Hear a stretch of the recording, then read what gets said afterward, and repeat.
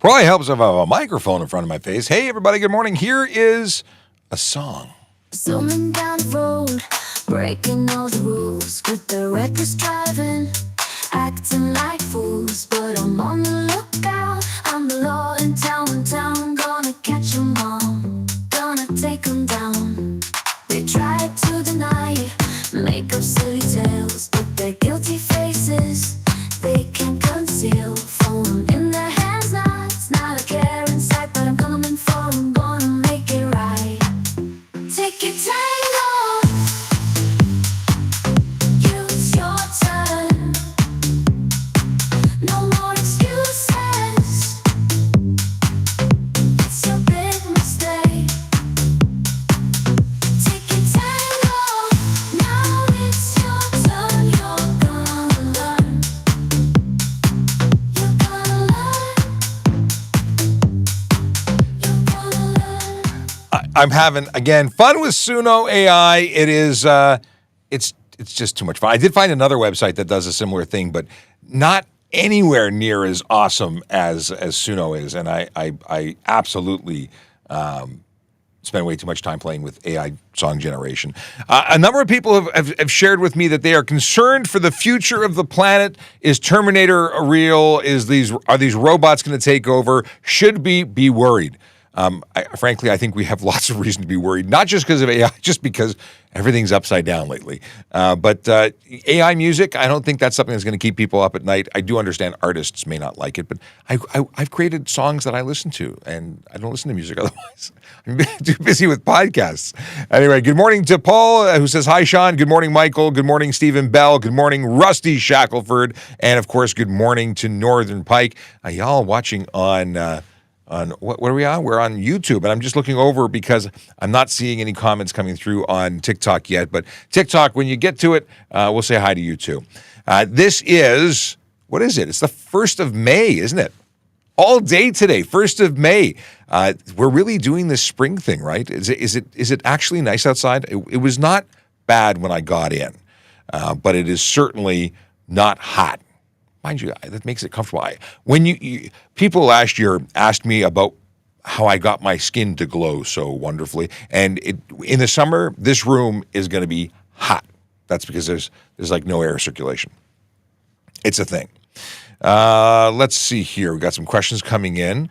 Oddly enough, donuts is something I talk about a lot when it comes to driving, but not about eating. I'm not a big donut fan. I know that really causes confusion. Police officer, not a donut fan.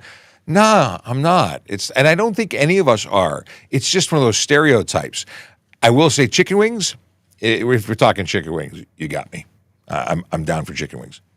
No chocolate dip chicken wings. That would just be gross. Actually, Mexico, you could get there's Mexican chicken that is chocolate, right? Chocolate-ish chicken, spicy a little bit. Anyway, now we're talking about food. And I must say that yesterday I missed everybody, and there was food involved with my not being on screen. I did have a sandwich that was so amazing. I talked about it for at least 6 hours after I consumed it. Now, if you are watching, you are probably on, well, the channel you're watching. But you have options? These options up here, we are currently broadcasting on TikTok, YouTube, Twitch, LinkedIn, Facebook, Instagram, Kick, and of course X, which used to be called Twitter. And something that you may not realize is that Twitter can actually, who's tweeting me here? Twitter can actually send questions in. And if you send a question from the magical channel, you will actually be able to join us and see it online. And the reason I'm staring at my phone right now is because I will engage so that you can see how it works. I know it should be obvious, but I want to make sure everybody knows. You think I could find it? Let's see here. Traffic Services. That's our account on the X. You hit that live button, open live video. Hey, it's me. Now, if you go into the actual chat by clicking on it, you'll get a window, and you can say, it says live chat. It's not a comment, it's a live chat. And you go, hello, world. Who knows the reference to hello, world? If you do, you're awesome. You're a geek like me. But once you get that statement in, we click it. The question comes up on screen. Look at that. It's amazing. Hello, world. I love it. Okay. John Curran, see you there. I need to turn off the audio on this. I don't actually need to watch myself. It's kind of weird to watch oneself. Okay. I've got a question here. Okay, before we get into too many other things, I want to remind everybody that we are, in fact, a podcasty live stream. And I mean that because after the live stream is complete, we will download it. I say we a lot. It's really just me. I do everything here. I download it and I put it up into the cloud, into the magical podcasting universe where it gets broadcast through RSS feeds into Apple Podcasts, iHeart Podcasts, Spotify. It's even available in Spotify as a video. I don't think anywhere else picks it up as a video, but you can synchronize it with your favorite device and listen to it while you drive without burning data and, of course, breaking the law. And that's, considering we are a traffic safety-centric show, we don't want you to break the law. Did you know it's a $615 ticket for doing that? If you were to listen to or if you were to watch a video, it's distracted driving. It falls under distracted driving. It has three categories, essentially. You have handheld communication device, handheld entertainment device, screen visible to driver. If it's an entertainment or screen that you're not supposed to be watching, even if it's not your phone, even if it's your passenger showing you their Instagram feed, that is a $615 fine. Plus suspension, plus demerits. Like, not something you'd want to deal with. Before we get into too much of anything else, and I do have a great story for you today. This is a show that I'm excited. Well, it's a story I'm excited to share, and I think it's going to change the way I start shows going forward, because I think telling you stories about tickets that are being written on the street, interactions with police, I think this is really important. I think you're going to enjoy them, but we'll do that in just a second. First, I'm going to tell you that Vision Zero Enforcement Team are members of the service that do something a little different. They're not going to your regular radio call. They are out there focused on traffic safety, changing driver behavior. I call it education through enforcement, and that means that they're giving tickets out, not warnings, not little waves saying, "Hey, do you mind?" No, they're actually pulling you over and holding you accountable for the choices you make when you're on the road. They are looking specifically focused on and looking for those who choose to speed, drive aggressively, drive distracted, drive impaired, people who are putting others' lives at risk. We know that these behaviors lead to serious injury and death on our roads. That's why they're out there making that positive change. And I'm going to tell you a story because it involves VZET. Okay, but first, today they are focused on these efforts in 11 Division and 41 Division. We're talking about the Junction, Weston, High Park, Ronsonsvales, which is like Roncy. I like how it sounds. Roncy, yeah. Dorset Park, Kennedy Park, Birchcliff, Cliffside. These are neighborhoods where real people live, work, and play and deserve to be safe. And we announce it every single day. Why? Well, because we want the neighborhoods that people live in that care about safety, which is pretty much everybody in every neighborhood. They want to know that we're there. So we announce it. And if you'd like to follow along, you can go to TrafficCop.ca and you can click on links. Actually, I've got a lot of information there. Information about e-bikes, driver's licenses, everything under the sun, children's, child car safety restraints, everything. But of course, all our social media is there, so you can get us on Instagram, Facebook, and Twitter for that information. Okay, let's get into a story. And the story is this. Electric bicycle. Is it a motor vehicle or is it an e-bike? Does it require license ownership and insurance? Are you allowed to do it without a license? There's a lot of confusion. Now, I have some information on TrafficCop.ca, links to government websites that explain a lot of it. And it would be really in your best interest to know before you go so you don't get charged for stuff. And it makes me think I have to make a whole video on this. But anyway, I've done lots of videos on this, but I think I need to do another one. So here's the scene. Vision Zero enforcement officer who's driving along comes across a bicycle, something that appears to be a bicycle. And it's doing a little bit faster than it should. And I mean like 62 kilometers an hour, roughly. I think it was 62. It was a brief phone call. 62 kilometers an hour. Is that an e-bike? Let's look at the law. 32 kilometer an hour maximum speed, assisted on a flat surface. Or is it unassisted? It doesn't matter. Because in this case, it was unassisted. It was traveling 62 kilometers an hour. And it was cutting through traffic. It was doing all sorts of things. It was driving carelessly or being ridden carelessly. They were pulled over eventually. And the rider was unable to provide license ownership and insurance. Why? Because it's an e-bike, right? But it's not. You see, if that e-bike or that thing you think is an e-bike is capable of doing more than 32 kilometers an hour, has a motor more than 500 watts in power, is over 120 kilos in weight, it's a motor vehicle, in this case, a motorcycle. Needs a motorcycle license to operate. needs insurance, needs a license plate, registration, the whole business. So they got a bunch of tickets. They got charged. Let's see what they got charged for. They got we got speeding, careless driving, no permit, no insurance card, no license, no plates, improper helmet, and the owner is eligible for allowing the vehicle to be on the road without insurance. That's a whole lot of charges. In fact, specifically the charge for no insurance carries a $5,000 to $25,000 fine. Yeah, and up to 6 months in jail. Good morning. Good morning. Sergeant, are you joining? I am. Oh, fantastic. Sergeant Campbell is joining. Let me put the microphone. Let's wait. We'll get the microphone up. I was just talking about the fact that someone got stopped on an e-bike today. An e-bike that wasn't an e-bike. An e-bike that was in fact a motorcycle. And I think it's fantastic. I was just sharing the news because I think a lot of people are confused. Otherwise, it would probably not happen as much. You know what? I think the exemption made for e-bikes is a fantastic thing. I think it's needed around here, but as long as they meet the criteria, it keeps it safe for all road users, including themselves. So For sure.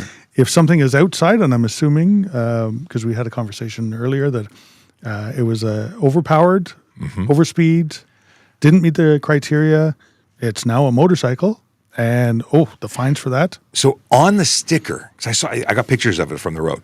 On the sticker, it said 750 watt. That's which is above the permitted, unless it's a utility. If it's a cargo e-bike, it's allowed to be up to 1,000 watts because it's carrying cargo. But I checked out a video. A reviewer has this thing going 40 miles per hour. 40 miles per hour, and he was able to dial it up just by pressing a couple of keyboard combinations on its little computer up to 2,300 watts of power. Wow. A little bit more than the 500 allowed. Yeah. So, Yeah. I mean, it looks like a really cool tool. Like, if it was legal, I'd buy one because that's right up my alley. I like motorcycles. I like e-bikes. I have an e-bike. My e-bike helps me go up hills. It doesn't just take off. In fact, I'm a big boy, and I make electric motors cry. Yeah. I do. It's just they don't just. I see people. I'm jealous of people who can just zip off from a stoplight on an e-bike. It's not me. Well, maybe if you had a modified one, weren't lawful, and were willing to risk the no insurance, the $5,000 to $25,000, all the other tickets that go along with it, maybe you'd be able to zip off. Zip off, I would. But here's the thing. I have a motorcycle. If I really want to do that, I'm going to have the thing with proper power that takes fuel, or you can even get a Harley that has electric batteries. Yep. You can actually go somewhere and do something and do it lawfully, safely, with the appropriate coverages and do it right. Why do it half rear-ended? Lots of people do. They do. They do. We've got some comments here. We've got some questions here. This one, I'm sure, is related to what happened recently on the 401, and they want to know what the protocol is for police chases, for motor vehicle chases with police. And this one's interesting because there's policies, and obviously, but here's the easiest way to answer that, I think, and of course, I look forward to what you have to say, but it is always with the interest of public safety in mind. We have to always take that, the danger to the public when engaging in a pursuit. So... And I don't know any of the back-end circumstances of this. And as I know, because I've been involved in a few chases before, things happen very, very, very quickly. And you have to make decisions very, very, very quickly. I don't know the need to apprehend right away, but as soon as somebody goes on to the wrong way on a highway, even without a police chase, we consider that a priority one, potentially a life-threatening event that would occur. And our policy here, when we have wrong-way drivers on our highways, on our controlled access highways, is to stop the vehicle. And if that means using force to stop that vehicle, then the risk to everybody else is reduced. So you have to take the risk versus the reward. Once you're following a vehicle and it goes on the wrong way on the highway, do you continue to follow? You now have a vehicle that has flashing headlights, flashing emergency lights, has a siren. Would you be doing more good by following and alerting drivers oncoming that there is this person who has chosen to drive on the wrong way and put everybody at risk? Do you? Don't you? You have to decide right then and there. And I can't do that because I wasn't there. Neither were you. But Right. I'm sure there's going to be an awful lot of people looking into it to try and decide. You make a very, very good point in that, if this person took off with no other police involvement, they just took off the wrong way down the highway. How would anyone know until you made impact? This is why it's so important when you see lights and sirens. This is the slow down, move over thing. You need to start taking action and not assume that you know what's about to be up in front. You can't assume it's a vehicle stop. It might be that we're shutting down the entire highway. You need to be looking off into the distance and paying attention and adjusting to your speed as immediately. Like not hammer the brakes, but be aware. Very good point. Okay, we have more questions about stuff and things. And someone asked. I started looking for bicycle for pictures of cargo e-bikes because someone said, "What's a cargo e-bike?" Well, let's just deal with this right now. Since I saw it, I flagged it, and I'm already talking about it. So, what do you mean when you talk about cargo e-bikes? Okay, let me put it on screen. Can I put it on screen? There we go. So a cargo e-bike is one that is designed to carry cargo. And we're seeing Federal Express deal with them. This one looks like a personal cargo e-bike, but there are commercial cargo e-bikes that are quite intense. But that is what a cargo e-bike is.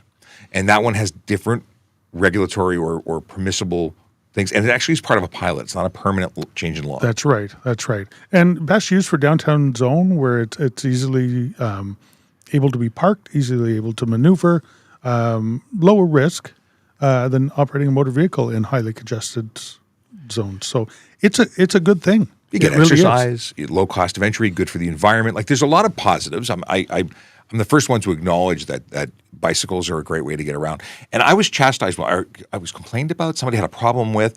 At one point, I said that people ride bicycles primarily for exercise, and someone said, "No, you're not acknowledging that it's a mode of transportation." Okay, it is a mode of transportation. I totally get it. My answer was very focused on somebody who is doing bad things. But anyway, it is a great way to get around, and I've done it and I chose to buy a bicycle instead of buy a car when I was 16 because I was into riding. Wow. I know, crazy, right? That I don't know how anybody could do that. Well, and where I lived was not a very bus-friendly place, but it was much cheaper.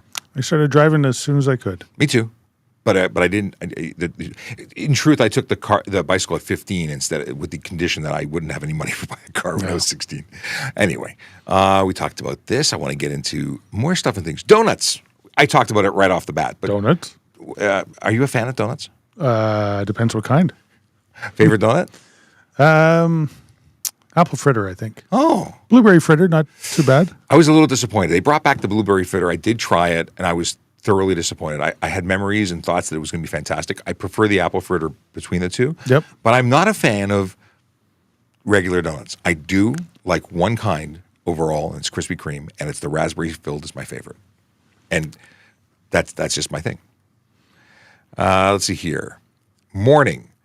Too tired to drive. Ticket amount, tow car, driver taken to go to sleep, to station to go to sleep. So if someone's too tired, this is one of those things that's very interesting. Is it a form of impairment, fatigue?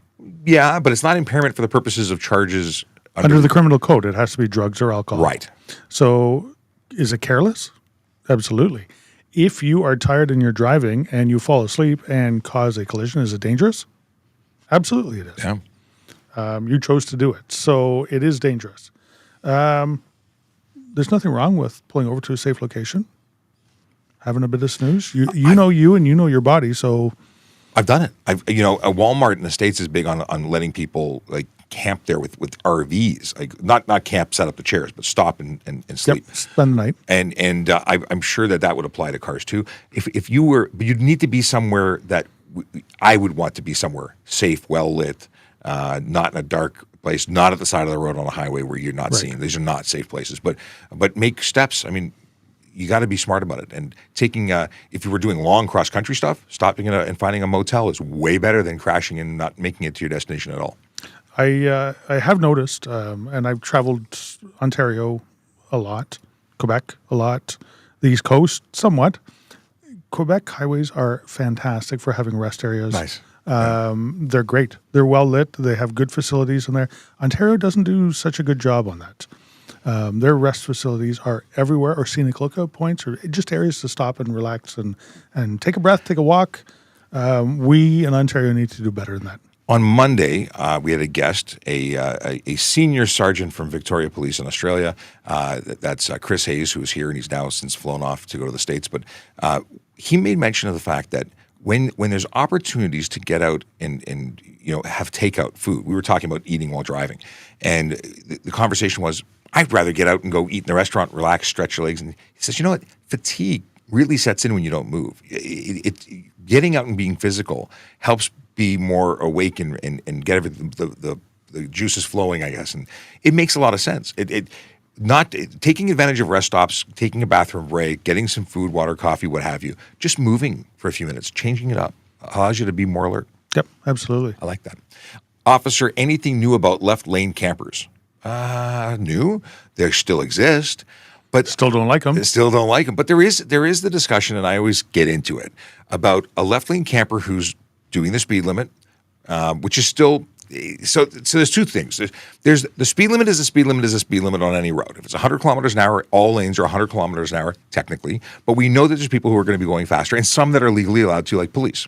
So if you're not actively passing, stay to the right. Yep. That's it. Doesn't matter.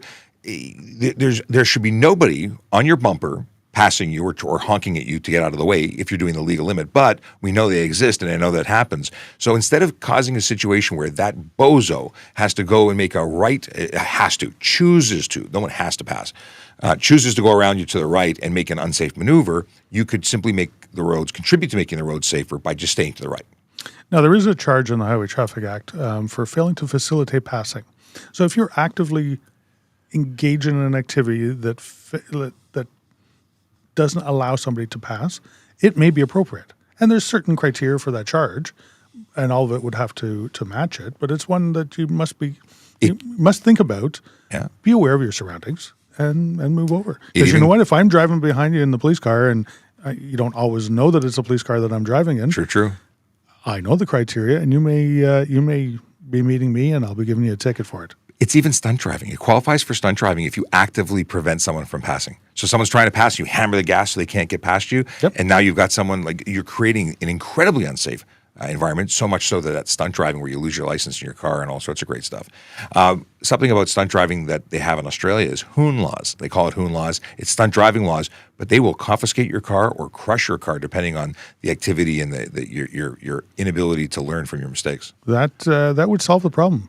Would it? Because some people don't even get they get tickets and charges and ridiculous insurance rates. They drive without licenses here. So would they just find another car, or would they just cry a lot? They would have to find another car, and then could they register it? Could they put it on the road? Yeah. Anyway, you cut it. Safety first. Streety says, if a bus is signaling a lane change and you are in the left lane that it's switching into, and there's a collision, who's at fault? I'm trying to If the end it bus live. is signaling a lane change and you are in the lane that it is, okay. Question for you, are you behind it? So if you are behind it, then you must allow the bus to change lanes in front of you. You must yield to the bus. That is a law in Ontario. If they're coming out of a bus lane, like a cutout, it's not just any lane, but it's servicing a stop. Right. If you are beside the bus and you have nowhere to go, do you hammer on the brakes or do you drive? It's still the bus driver's responsibility to make that lane change safely. Anybody behind must leave a gap open for them and yield to them. But if you're beside the bus, then no, you just drive as normal, and the bus driver will make the lane change when it's safe to do so. And if there is a collision, you can both be responsible for the parts you played. So you can be responsible and get a ticket for failing to yield if you were required to, and they can get a ticket for making an unsafe lane change and hitting you. So two things can be true at the same time. At the end of the day, courtesy and right of way are things you give, not take. So be kind. Bus drivers have a tough job. Not only do they get abuse from people on the bus on a regular basis. Speaking of which, did you see the bus driver get attacked by a passenger in the States? No. While the bus was moving, this guy breaks past the plastic barrier and starts punching the driver. They end up standing up. He's still seatbelted, but he's standing up, fighting while the bus is now on its own traveling. It eventually ran into a building. Oh, that sounds really safe. It was super intelligent by the guy who attacked the bus driver, I'll tell you. Yeah. But on the topic of be kind. The bus driver's got a tough job. And you're not getting anywhere really any faster by getting in front of the bus. Just, yeah. Okay, some good questions here. What do we got here? We got a whole bunch of flagged stuff. I can unflag this one. We got stuck at a red light that malfunctioned and stuck on four-way red. I was in the far left lane. It was 3 a.m. and blew the red after a few minutes. Recommendations for next time where I comply with HDA. So, Rusty, you said it's four-way flashing red means it's to be treated as a four-way stop. Well, no, it said it's stuck on red. So stuck on red? Stuck on four-way red. I don't know if I've ever seen a situation, because most of the automated traffic signals have a default mode. If there's an error, and if it is not cycling, it could go to a flashing four-way red. That is the default mode to say, hey, there's a problem here, and everybody now has to stop. I don't know of a circumstance now with the modern signals now that it would be a full-on red for everybody. That's weird. But if it is four on red, I would treat it as though it was a flashing red. I think that's reasonable. If it's in all directions, it's obviously malfunctioning. Technically, you could get a ticket for it. Technically. But I think you'd be able to articulate that to a reasonable officer right there if in fact what you saw was real. Like if you saw something that nobody else saw, I get you getting a ticket for it. But if it was legitimately what was happening, different than if it was green for somebody else. If it was green for the other side and you just said, I'm not waiting, that's different than, and granted it's stuck and it's just red for an hour and it's green for an hour the other way, I'm still saying that's you can't do. But if it's red everywhere, I'm thinking, and an officer could do what the officer does because they have that authority. I don't think an average officer would do that. Well, I can't talk for everybody. True. Technically, it is wrong, but what you could do is make a right. But it would be red the other way again. You have to go around the block. Oh, right. Make a right. Right U-turn, right U-turn, right U. That's a little bit. Which, again, poses even more of a risk. Mm-hmm. As we know that people making rights and doing U-turns cause collisions, including one that killed a colleague of ours in the 90s. So. Yeah, and that was also in part because people aren't expecting that car to come out of nowhere. And you're responsible when making a U-turn to make it safely. And unfortunately, sometimes the person who's moving like a bullet train through space and time doesn't see you, and then you're now meeting in the middle. It's bad news. But I've had driving instructors argue with me when I say it's an unsafe maneuver, and they say, no, it's not. I'm like, yeah. It's more. Turning in general is less safe than going straight. For instance, just statistically. Okay, you're at a red light turning right. The protected left turn arrow comes on. No cars turning from, and Apple user. I don't see the rest. Oh, here. Okay, no cars turning from. Can you make a right on a red with the protected left turn arrow under any circumstances? Yes, you can make a right turn on red. If it's safe to do so. Only when it's safe to do so. If you have oncoming vehicles that have an advanced left turn green signal, they are the only ones allowed to enter and occupy the intersection. They have right of way over everybody in there. But if there is nobody opposing you and coming that direction and you can make the right on red safely, you can do so. Make sure you turn into your specified lane. The appropriate lane. So if you're making a left, you're to go to the leftmost lane when you enter that roadway. When you are on the right turn on red, you're going from curb lane to curb lane. Or if there's multiple right turn lanes, which is rare but occurs, then you have to go to the one to the left of the right turn lane. And even if there is two lanes to go into and the person making the left turn has a green arrow, they have the right of way in the intersection. No matter if you say they should turn into the correct lane and you should turn into the correct lane, and if that happens, there shouldn't be a collision.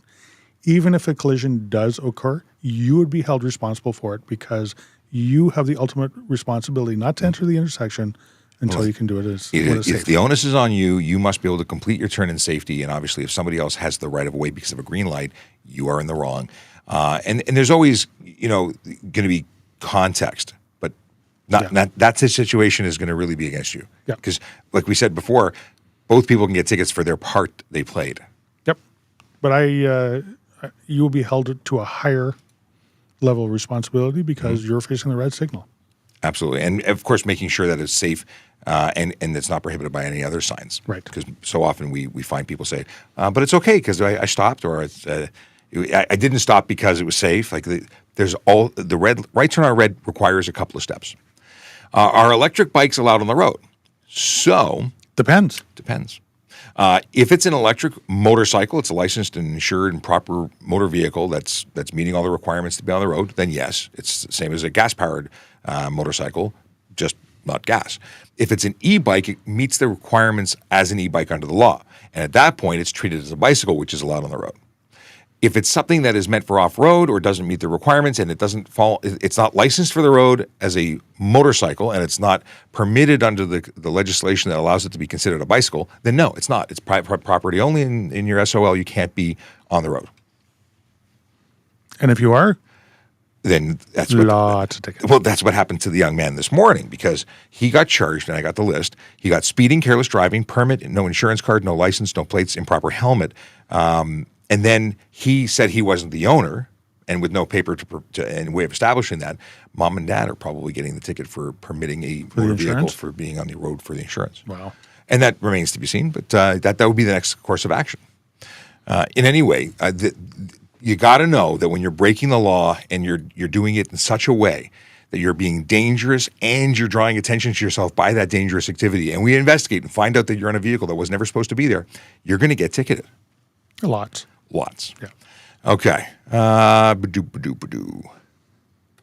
I allowed to ride my 32 kilometer an hour e-bike on the road?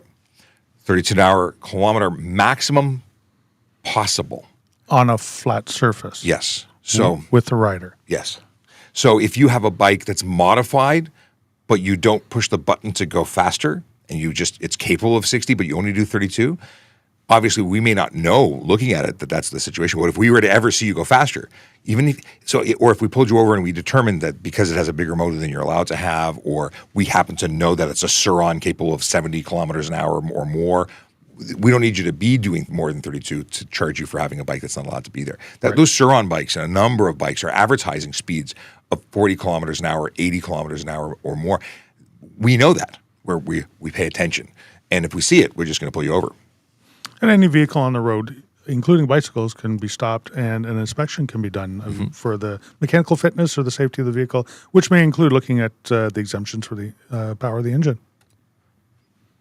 A suspect has a deliberate accident in the back of a police car. Is there a ticket for that? I wonder if they mean that if someone is under arrest and decides to foul the back of a police car, is there a charge for that?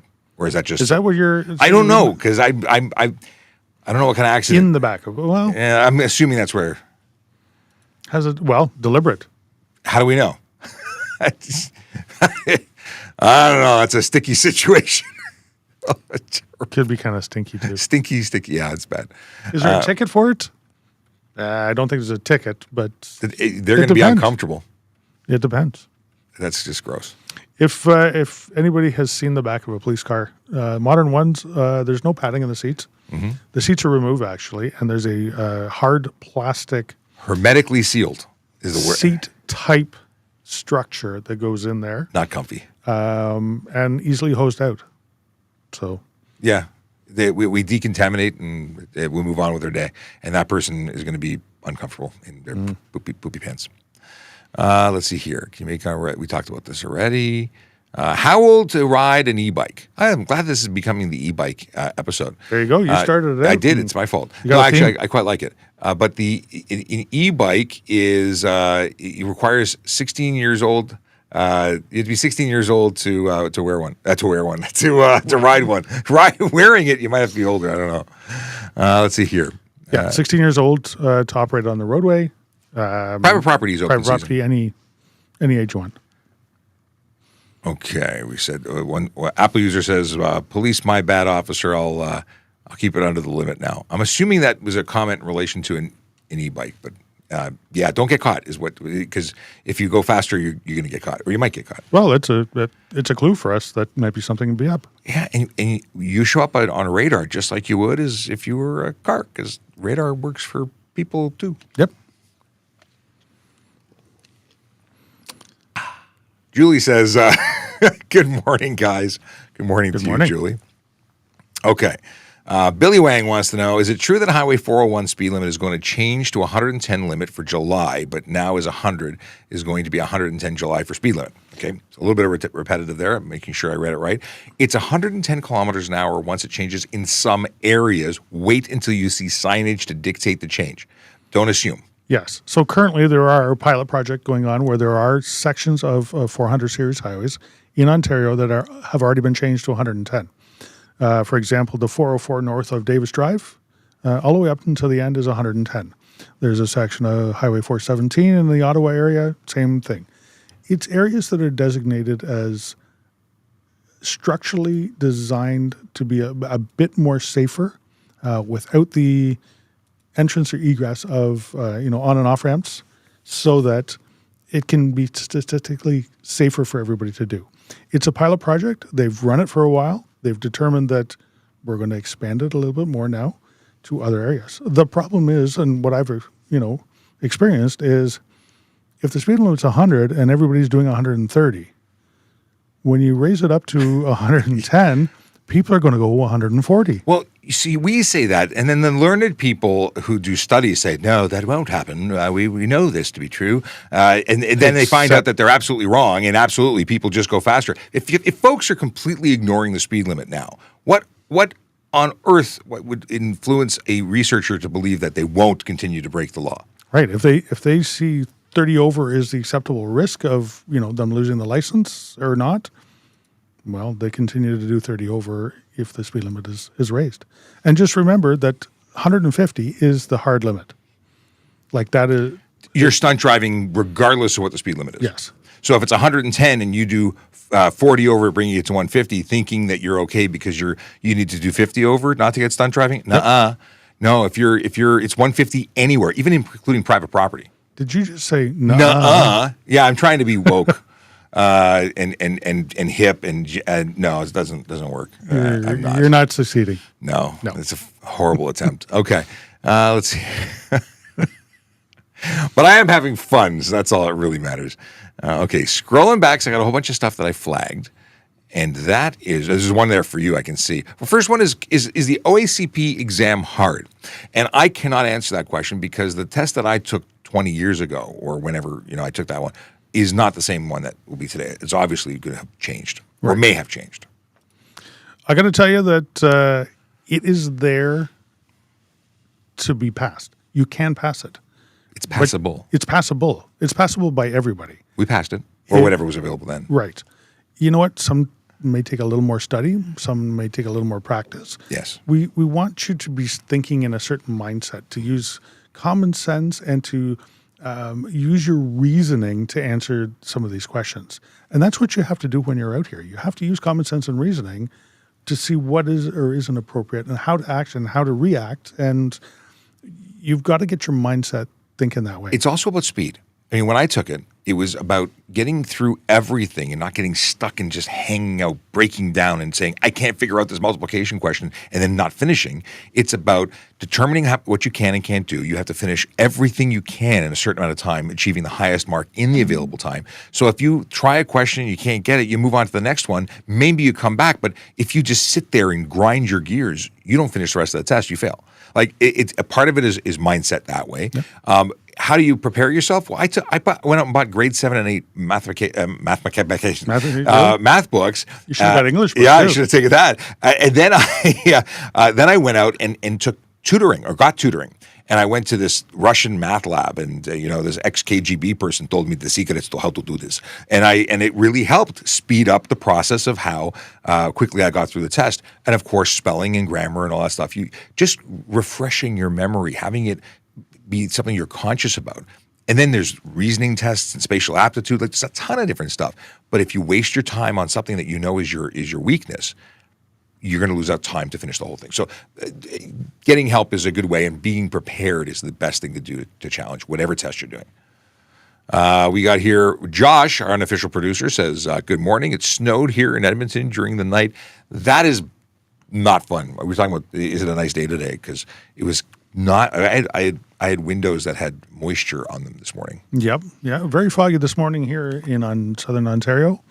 But it is supposed to be a nice enough day that I'm going for a motorcycle ride after work. Yeah, nice. Very nice. Yeah. I'm looking forward I won't be doing that in Edmonton, though. No, with the snow. I am looking forward to sandal weather. I'm already ready for the halfway point. On a nice day, I'm wearing my closed toed. I think are they called Chicago's, or I don't know what they're called. They have closed toe. But I'm looking forward to opening the toes to the air and going out. I love sandals for the summer. I was an anti-sandal guy. I never liked sandals. Now I appreciate them because they have cork, and what are they called? The cork ones. I don't know. Let's see here. Birkenstock? That's the one. There I you was go. so super anti-Birkenstock because in high school, I think it was just people. Well, who it was a themed thing. with socks, lumberjacks, wool socks, and those all. And I couldn't stand it. It just drove me bananas.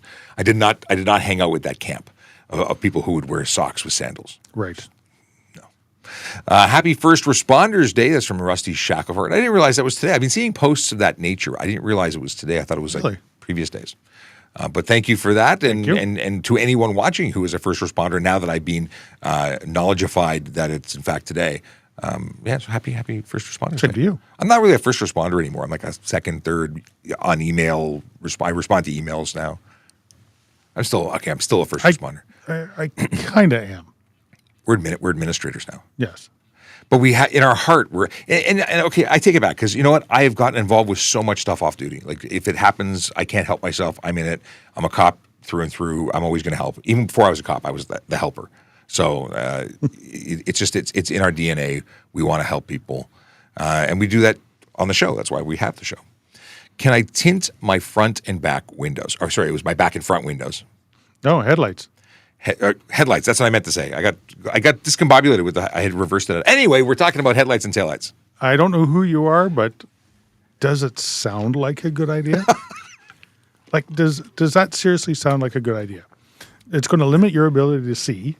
It's going to limit everybody else's ability to see you. Josh answers. He says no. Yeah, that's one of my pet peeves. I just don't understand the want or desire to do that. Like nothing. I can understand that it's on a show car that never sees the road. It can look cool. It can look like a car that is completely all monochromed out. And I got a friend in this. It's a friend on TikTok, and he's got a McLaren, and he says just tint it and then up the wattage of the lighting, and you'll be the same. You'll meet the grade. And I'm like, man. The reflectors are not working properly. If there's a failure with the light, there's so many things you're inviting for problems. Yeah. And the easiest thing is the best thing is you don't want someone driving into you and then having us looking for the clues when we come to do the investigation and find out that you may have contributed to that rear ending where you were the person who was rear-ended a lot more than we originally thought. So there can be there's a separate charge for putting a coating over the lens of the front headlights. Along with it not being clearly discernible.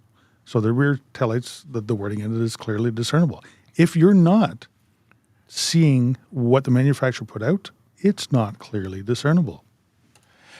You got a question that we answered before, and I'm not going to answer it again because we talked about it in great detail. Why would the cop chase a guy into the wrong way of the road? Other than that's someone putting lives at risk. So we're trying to help out, but there's a good detailed answer earlier in the show. Go to YouTube and watch it again afterwards because we already talked about it. But I wanted to address it because it's an important conversation. Yeah. Let's see here. Jay Melly says that the OACP is mostly spelling and vocabulary related to policing. There's a section for police scenarios. Okay, so that's new. That's actually changed. I don't think police scenarios were in the original OACP. I don't remember it. Maybe there was a decision about pulling somebody over. Was that in there? About there was a collision and you had to get it in the right order? Determine an outcome? I think that was to write a report or... Yeah, I don't remember. It's a long time ago. Even more longer. Longer for me. Yes, this is true. Can I drive my wheelchair on a highway with right lights and license plates with insurance? Your wheelchair? So a highway, you must understand, first of all, is any road. Now, a wheelchair, if it's truly a wheelchair, is a pedestrian. Your definition of you is a pedestrian. If it is actually a wheelchair and used for such purpose, yes. and you require it. Not just a funky electric-powered scooter that you're driving on the road. True. So mobility scooters, you're not a pedestrian, you're riding a vehicle. A true wheelchair, which is easily defined as one. Even an electrically powered one. Right. You're a pedestrian for the purposes of reports and so on. So do you need license plates? No. Do you need the right lights? No. But there are people who go to great lengths to make sure they're visible because pedestrians get hit, whether they got wheels or they're walking, and it's a major concern for safety. So being visible is good. I've seen some really cool wheelchairs, and I know you're going, like, cool wheelchairs, what are you talking about? I've dealt with mobility stuff. I've researched a lot of mobility stuff because I have people in my life that need assistance with mobility devices. And there is an issue with being in a seated position and talking to people who are not seated. It is a major issue to be looking up to people. People don't treat you the same way. And I have seen the coolest wheelchairs. There's ones it's like an elevator lift. It's like a scissor lift. It rises the seated person to a somewhat standing height. And it really changes perspective. Not only can they get stuff from counters and whatnot, some of them will actually, depending on the physical situation of the individual, can stand them up and set them down, or just raise it like a scissor lift. Either way, those are very cool. I don't know why I'm on this right now because it's got nothing to do with being on the. I know. Yeah, I was just wondering where you're going. But it's just cool wheelchairs. There's a lot of technology. There's ones that can do stairs. Really cool stuff. Anyway. So to answer your question, if it is a true wheelchair, you are classified as a pedestrian. You don't require anything, but it is best practice to light it, put reflectors on it, and make yourself be seen. And highway suggests that you're talking about the expressway, as opposed to the truth is a highway is any road on Ontario. Right. But a controlled access highway is what you would refer to as an expressway, like the Highway 401, for instance. And pedestrians are not allowed. And you are a pedestrian on an electric wheelchair, so you would not be allowed on a controlled access highway. Right. Along with other vehicles. There are certain vehicles that would... Bicycle cannot be. Even mopeds and stuff like that cannot be. It used to be under 50 cc. I don't think it's CCs. I think it's... Speed capability now. So in what is this? Or just make speeders 1,000% at fault, even if one is doing the speed limit in the left lane. I believe that should be the case anyway. If a speeder, if we can determine the speed of a vehicle played into the collision that occurs, I think speeders should always be responsible. Yes. Speeding is not okay. We've kind of, the public and those who choose to speed make it socially acceptable when talking to other people who like to speed, but it's not okay. And oddly enough, especially in major scenes, we see that speedometers lock out. When the collision occurs, they leave the needle exactly at the speed you were going. The computer, your automobile is so much more than an automobile. It is a computer. It stores everything, and if need be, we get that information. Were you wearing a seatbelt with the lights on? I wonder if we can tell what music you were listening to. I bet you could. I bet you we could too. So at the end of the day, what everyone gets held responsible for their part to play. Simple as that. Okay, there was something else I wanted to say, but I can't remember what it is. It was going to be so good. Anyway, it's gone. Good morning, Mr. Shapiro and friend from you user. Got a friend? Yeah, I know it's weird to think that you're it. Are you allowed to drive a tractor on the highway? All of the information is valid. So, once again, implement of husbandry. If it's an implement of husbandry and you're not just using it to go get your groceries, and you're actually using it for farming, then yes, you're required to have lights and you're required to have a slow-moving vehicle sign. You're required to stay to the far right of the roadway. And it's highway. We're not talking about the 401. And it is highway, not controlled access highway. Right. And there are speed limit restrictions on the secondary roads, I believe. So, and people often see tractors and lawn care that are utilized at the side of the road. Those are trailered to those locations, and sometimes I even see them living in those locations. Like they get parked there and they just travel up the grassy areas because it's such a pain to get them to and fro. Right. So, road building equipment is another exemption as well that can be operated on the highway. As long as it's being done by a company under contract to the government, government that has jurisdiction over that specific roadway. Mm-hmm. I see an awful lot of snowplow operators and stuff like that driving from one site to the other site to the other site. No, absolutely cannot be done. I see a lot of bobcats and doing that, and because it's expensive to get them floated from one place to another place. So totally, I'll take the chance and run it. It could be a very expensive chance. Tad wants to know, if hired with TPS, how long would you need to be on the road before applying to do the traffic service to the traffic unit? So oddly enough, it depends. Yep. Depends on the class.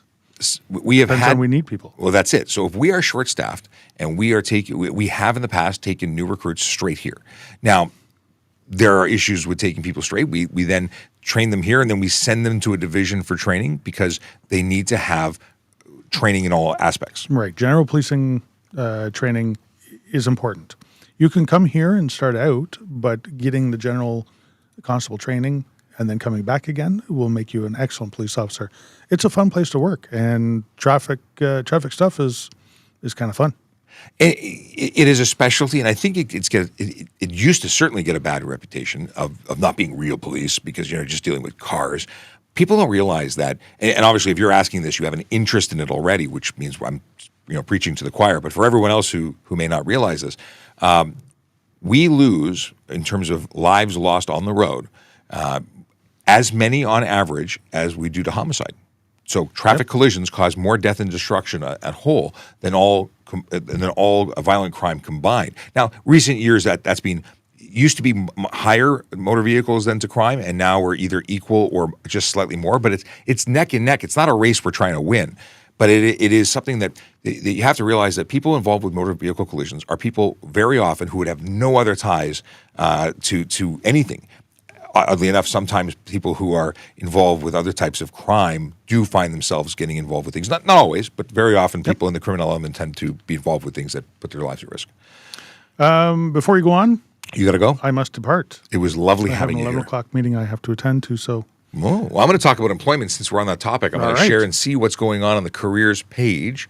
I have a guest coming here to film a podcast, so I will be unable to continue after he arrives. We could probably talk for hours and hours and hours. We're not going to do that because we've got stuff and things to do. But yeah, if you've tuned in before, you're probably aware that I can at times continue to answer questions until I can't. Like I've done 2.5 hours of this, and it's a long time. Let's quickly go into the magic of the employment unit. Yes, if you go to www.tps.ca/careers, you too can peruse this magical site where smiley people greet you on your entry. And then you can have a look at the different headings, which depend on what you want to be hired for. Police constable, obviously, if you click that, you will see, everything you want to know, as well as a big old button that says apply now. You can find out what the requirements are and what the expectations are, what kind of work role, what kind of pay you're going to get, what kind of benefits. All of it is there. You also see some smiling faces of recruiters who can answer all your questions. But that is what most people come here to look at. I like to remind people that special constable is a magical role. I was a special constable when I started. We have jobs like parking enforcement officer, those people who don't get nearly enough credit, and they are the people who keep the city moving. Communications operator, one of the reasons I wasn't able to go live tomorrow was because I went to go visit the communications center. I went to go see dispatchers at work, and it was cool. I hadn't been there for many years, and it was nice to see friends and catch up.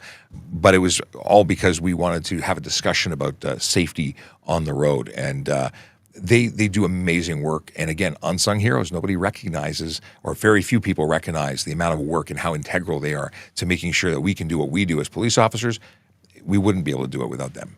Now, auxiliary is a volunteer, and of course, civilian roles is my favorite heading to hop under, because if you are interested in having a great career with an organization that becomes more than just a job, it's a family, well, that's a police service. I can't say it's just the Toronto Police Service. I know many, many agencies are just like us, awesome in every way. I still think we're the best. But hey, listen, whatever.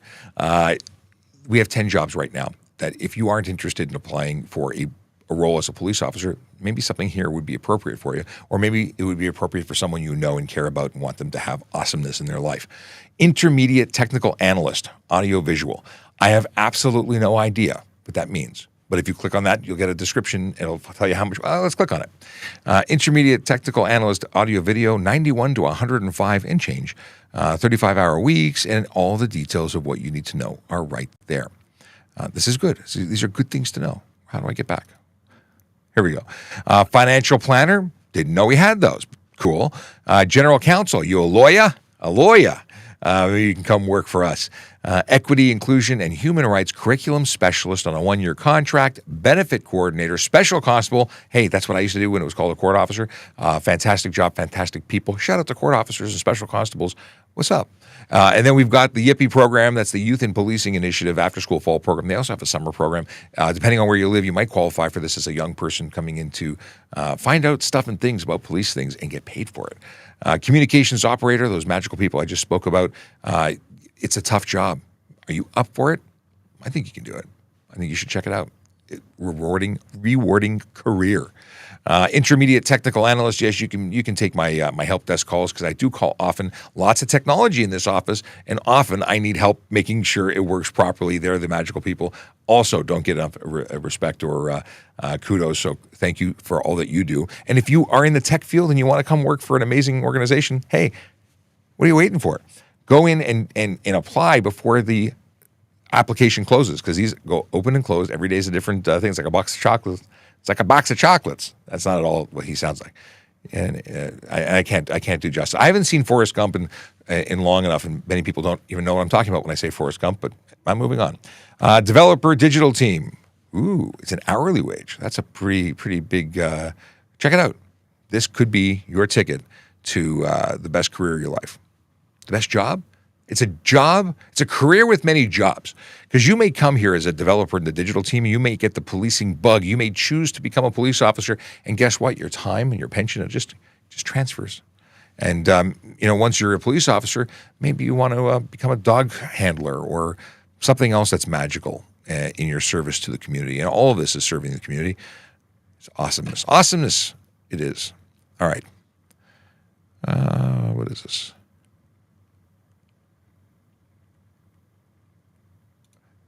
Just gapped even more when Toronto police yesterday went 180. What's your opinion? What do you mean? I'm not familiar with this. Is it shocking that we do 180 sometimes? No? If bad guy's doing 180, we're going to have to go to 180, aren't we?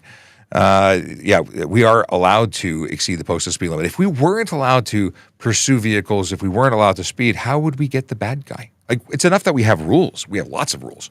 And we have to always weigh public safety. But we can't let people just go away because they don't want to play by those rules. Yeah, it doesn't work that way. A dad joke from Michaela. Thank you very much. Why are catalytic converters mandatory on cars? That's a new question. And just to let you know, as we were approaching 11 o'clock, we are winding down. So new questions. If you haven't already answered or asked a question, I'm not taking new questions. I'm going to be scrolling back, looking for the old questions. I'm going to try and catch up for folks who have already been here waiting so patiently to get their questions answered. By the way, if you're watching and you don't already follow us, please do. We don't make money at this. I mean, I'm paid as a police officer, and I'm here to serve. But it really would be wonderful if you would be so kind as to share our content with others. It's all about helping people. Okay. Do I have to reduce speed limit in construction areas or red mark on the road? It makes sense, doesn't it? Like, it makes sense, like it's a good idea or something. If you see construction, you're not only at risk, but the people working in that construction zone are at risk, and fines are doubled in most construction zones. Do you have to? I'm going to say the yellow and red or whatever, other than the white and black signs, they're not regulated. You won't get a speeding ticket, but could you get a careless ticket? Could you get a ticket for putting someone's life at risk if you take their life? Is it possible that you might be going to through some hard times? Because we've had people killed at these sites. Not good. So logic says slow down. Let's see here. Someone making a left and someone making a right, who has the right of way? If you're crossing over live traffic, you do not have the right of way. So if you have to cross traffic, you don't have the right of way. If it's different if the lights are in different sequences. But if it's a green for you and and there's oncoming traffic, yeah. You have to ensure. The person making the right turn always has to ensure that they can proceed and complete their turn in safety. So it all depends. What do we got here? Good morning. Vern says, good morning, boys and girls. Good morning, Vern. In some cases, you can turn left on red lights. There is but one case where you can turn left on a red light, at least in Ontario. And that is when you are on a one-way street approaching another one-way street, and there is a red light being shown to you, and there is no sign prohibiting said turn. Only after you've come to a complete stop and ensured that it can be made in safety, you can then make a left turn on a red light. Only time. I was told by a driving instructor if you turn right on a red with the arrow, it's an automatic fail. This is from Apple user. I don't know why it would be an automatic fail. I mean, they could have their own policy. That may be their thing, but I'd like to see how that is actually translated to law. Driving instructors are not driving testers. They are two different things. Driving testers are not driving instructors. They could be both, but generally speaking, these are people who check boxes. I would like to know where your driving instructor got that information. Maybe it's driving testers that have said it, but again, there's no law against it. You just need to be safe. Now, here's one silly thing. You can get failed, which is insane, because I've had this conversation with a driving tester who's no longer a driving tester. They will fail you if you don't speed a certain amount over the speed limit. There's a window that if you're not aggressive enough to speed up to the moving traffic, even if that means you're going above the speed limit. So they're encouraging people to break the law and maybe get a ticket, but they want that. I don't understand. And I don't think it's right. And I think it's incorrect. Not just morally wrong. I think they're forcing you to do something that you shouldn't be doing. People have told me they've failed for not speeding, which is silly. Truly. Okay. What is this? How come my local won't go after these four-wheelers and dirt bikes doing wheelies past the precinct? I don't know where you are. You say precinct. I'm not aware of a Canadian police service that uses precinct, so I'm assuming you're in the States. But I couldn't answer why they're not. I would think people doing that kind of criminal activity, or even if you want to say it's not criminal, that violation or violating stuff and things, yeah, they absolutely should be, regardless, unless it's legal. If it's legal, then have at it. But it doesn't sound legal to me. All right. What do we got here? Okay. For not displaying a plate, what's the worst charge for that? You have a plate and you're not displaying it? It's $110 if it's obscured. It's $110 if you're not displaying two of them. If you're Ontario, a car, the only thing that's exempt for two plates is a motorcycle, which only needs one. Each violation is $100, $110. And if it's something where you're a serial violator, you could get a ticket that turns into a summons where you have to go to court now to explain why you just can't get it through your thick head, and that could be a $500 conviction. If you're not insured, there's other things. But if you're insured and everything else is right, and you're just not displaying it because you don't want to get caught for other nefarious things, we'll find the charges for each and every offense that you're responsible for. And if you keep doing it, they're going to start packing up. And there's no demerit points for it. Maybe there should be. Maybe we should be doing more. Anyway, Streety says, what if I'm going down a hill on a 32-kilometer-an-hour e-bike and it makes me go 50? Well, first of all, you do have things called brakes. So it's not actually making you go 50. You're going 50 because you're choosing not to engage those things that slow you down, which also make you potentially at higher risk at 50 for not being able to stop later because your brakes could not be functional at that speed. Your brakes aren't intended to go for high speed. Anyway, bicycle brakes not intended for motor vehicle speeds. Now, 50 could be very arguably a bicycle safe speed. In any case, we're not getting these tests for what the maximums are for flat level ground, not for hills. And there's no speed limit, or you can't get charged for speeding on a bicycle unless it's qualified as a motorcycle. So if you have an e-bike that's capable of doing 60 uphill and you go downhill, well, yeah, you can get a ticket for. Let me back up. If you've got a bike that's capable of going more than 32 kilometers an hour under power, well, then you're eligible for the speed that you're doing that's over the speed limit. If it's a 32 kilometer an hour e-bike and it qualifies for all the things under the legislation, then you can't get a charge for speeding. Can you lane split on a motorcycle? No, not in Ontario, not in Canada. There's very few places that permit it, like openly permit it, like Los Angeles or California allows it, but not in Canada. Okay. Same person says in Toronto. And I've answered it already. It's nowhere in Canada is it legal. Charge you for careless driving, charge you for stunt driving, charge you for criminal dangerous, all depending on what the observations of the officer are. Okay. We got Ronald who says, what's up? Okay. What if we saw a cop using a phone while driving? I saw a lot of times cops using phone while driving. Dougal. Is it Dougal? It's legal. Police officers or anyone operating a police, fire, or ambulance vehicle, they are permitted to legally use their handheld communication devices. They're allowed to use their radios, their computers, their phones. And where's my other phone? Oh, in my pocket. I have 2 phones. I have a work phone and I have a personal phone. If I'm using my work phone for work purposes, it's perfectly legitimate for me to doing it while I'm driving. If it's necessary, if I'm ordering pizza, that would be wrong. So if you think that the person's doing something wrong, report them because we can find out what they were doing. They'd have to articulate why they were doing what they were doing, but know that it is legal. They are permitted to do it. Yeah. Okay, scrolling back a lot. There's a lot of questions here. Boom, boom, boom, boom. How far back? I hope everybody's having a great day. This is hump day, right? This is Wednesday. So that means that we're almost at Friday, sort of. No show tomorrow, by the way. I'm off-site for another meeting, but we will be back here for Friday, I believe. We'll see. If Friday, I've got a podcast that we're filming, so I expect to be in the office on Friday to do another show. Do cops pull you over for squealing brakes? I see lots of white work vans that need new brakes. If we were to see a vehicle that doesn't look like it's safe for the road and squealing brakes is an indicator that your brakes are not necessarily capable of stopping your vehicle or are going to be wearing out soon, we might come and inspect your vehicle. We don't usually look for brake pads. Those squealers usually kick in when you're low on brake pad to give you an indication that you should have them changed. But it's not against the law to have that. We just might be like, hey, if yours doesn't sound really healthy. Okay, what is this? Herms726 says, hey, I have over $6,000 in tickets and haven't paid for them in a year in New York State. You seem to have won the prize. I don't know what to tell you. If you're a New York State license, I don't know if they arrest you for it. In some states they do. In Canada, if you've got tickets in the States, no big deal. But if you're a Canadian who has tickets in the States, you may not be able to renew your license.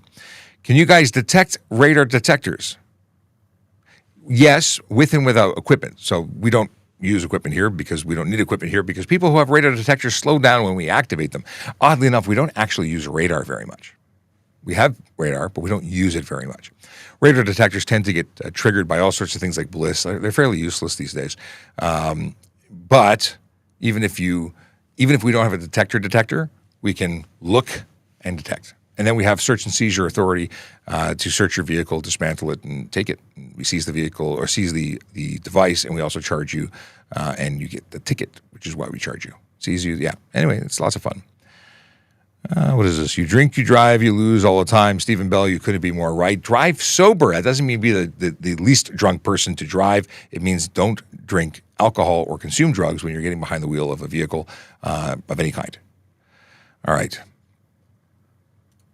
What are the restrictions on modifications on cars in terms of sound and fast? How fast and body kits?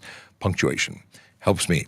So sound, you can't make unnecessary noise. So if you're making fart can sounds out of a cheapy, exhaust system, you're going to get pulled over, fine of $110. Improper muffler could be $110. No exhaust would be $110. Like it just adds up. Body kits, as long as the overall width of the vehicle is not over the maximum permitted, it's not a problem. It has to be safe. Can't make contact with wheels or tires or stuff and things.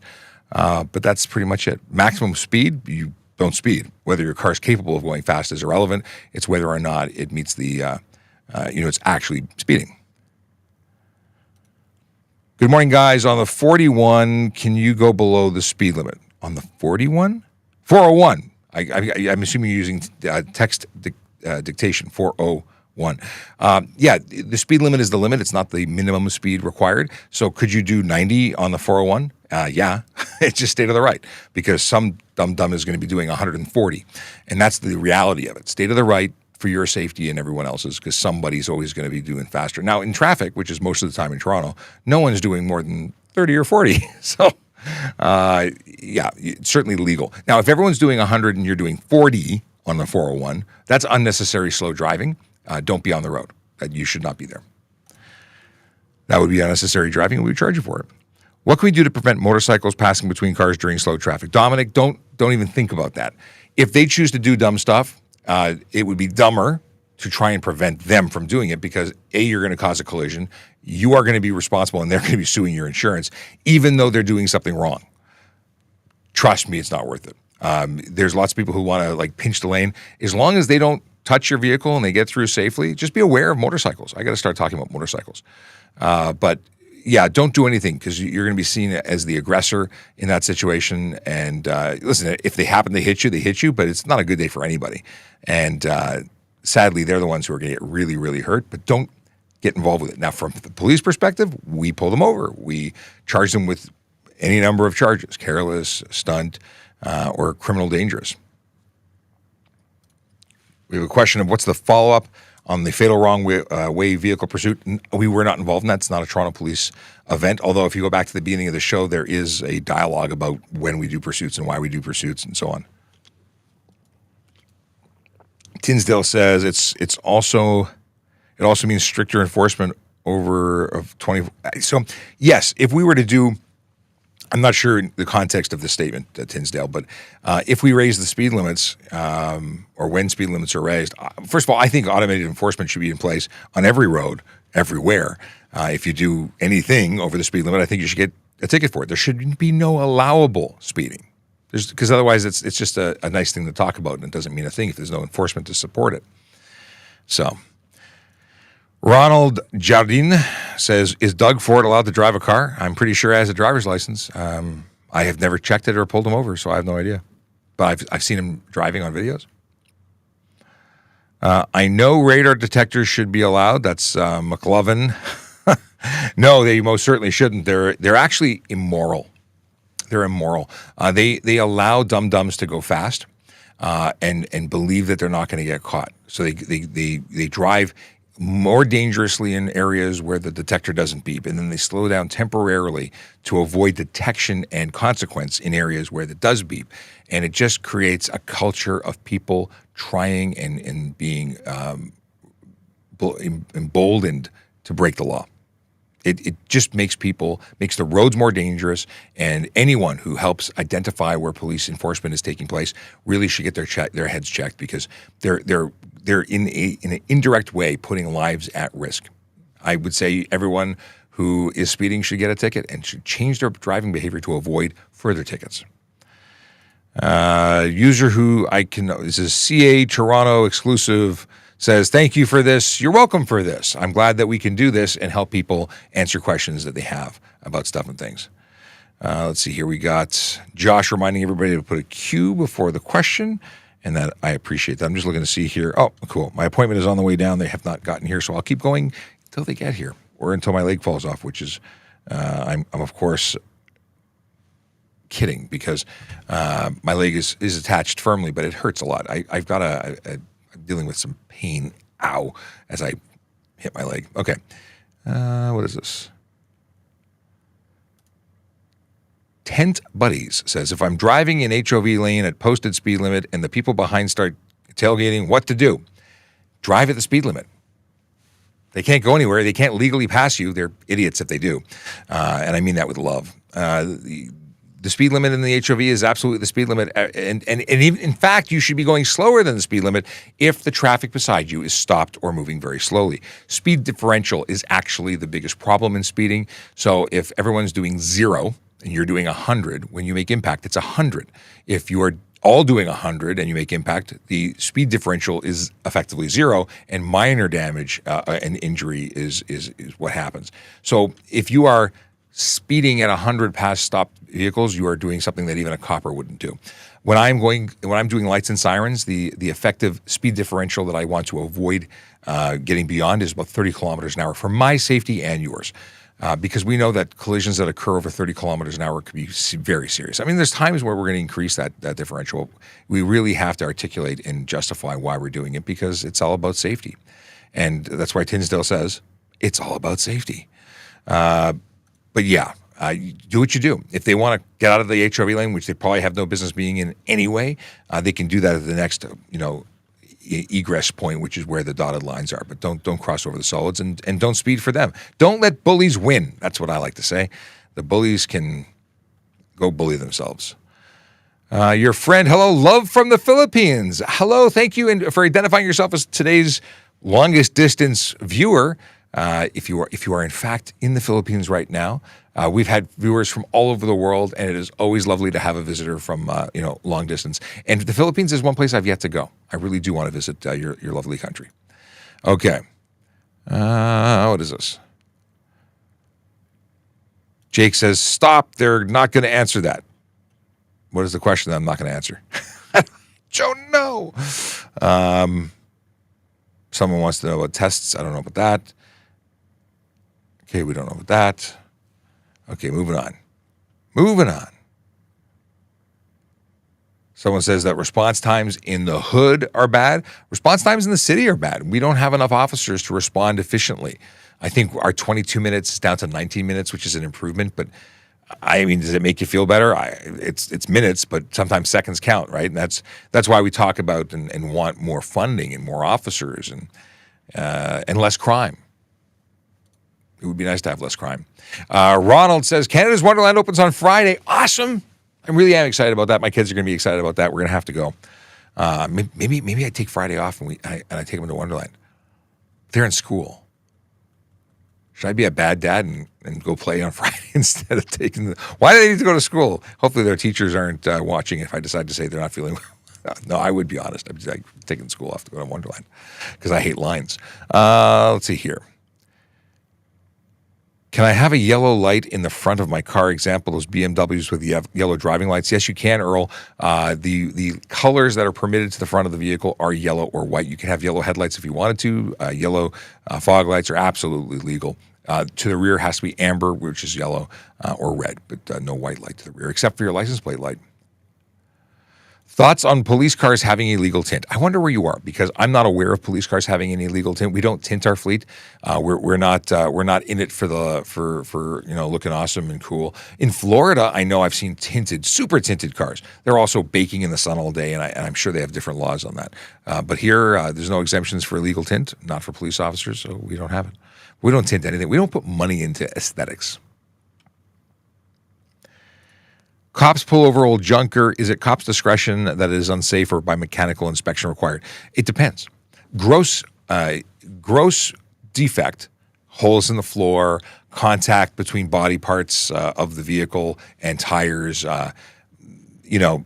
We are capable of making the determination ourselves. If the suspension's shot, we can make determinations on gross defect. We're not going to look at it and say, and actually, you don't even have to have an engine to get safety, unless things have changed recently. Under the old standards, the engine had nothing to do with the safety. It was all about other things. So, yeah, we can do it without a mechanical inspection because not all of us are mechanics. I will say that we do have some mechanics. We have police officers who either were formerly mechanics or maintain their mechanics license. Okay. Can I drive a car without a hood? And the answer is no. It depends. If it was a classic car that was built and didn't require a hood when it was manufactured, yes. If you have a modern vehicle with a hood, those hoods do a really good job of keeping pedestrians out of your engine compartment. Like if you were to hit one, you would cause more damage and injury. So it's my understanding that you do have to have it. I don't know why you'd want to take it off. Someone says driving a Civic without a hood. Yeah, no. What is this? Maybe this is a response about tinted windows. Maybe we're allowed to have them as an undercover cop car trying to catch people not knowing. If it's an undercover car and we're actually posing as not a police car, we're allowed to do some we're actually allowed to pretend we're not police. You wouldn't have a uniformed car with tinted windows. An undercover car you would not know is an undercover because it would be a surveillance vehicle trying to blend in, and it may very well be breaking the law. But, there are guys buying drugs, and that's not legal. They're going out and infiltrating illegal organizations, doing things that they're allowed to break certain laws for the purposes of, getting in with the bad folk. Do you need a license plate on the front of your vehicle or just the back? If you are an Ontario licensed vehicle, you are responsible for displaying 2 plates, one on the front, one on the back, in a conspicuous place as per regulation. So that means at the very front. So it's your bumper, your grille, the mounting point that was designed, a tow hook adapter for the front. In the back, it has to be illuminated by a minimum of 3 lumens bulb at night. And so there are places where you have to put it. You can't put it in front of the windshield. You can't simply not put it at all. DW's asks the question, can I challenge a ticket just so I can see the evidence? You have that right. Is it a waste of time, court, taxpayers' money? Yeah, it's a total waste. But if you believe that you're innocent, I think you should challenge it. But bring evidence to support that you're innocent. If you are knowing that you are guilty, please don't waste the court's time. It's wrong. We don't want to pay more taxes. You're just burning money. But it's your right to. You have the ability to. You can certainly ask for disclosure, but you must request disclosure. It doesn't just come to you by virtue of saying you want a court date. And once you're into the trial game, you're in the trial game.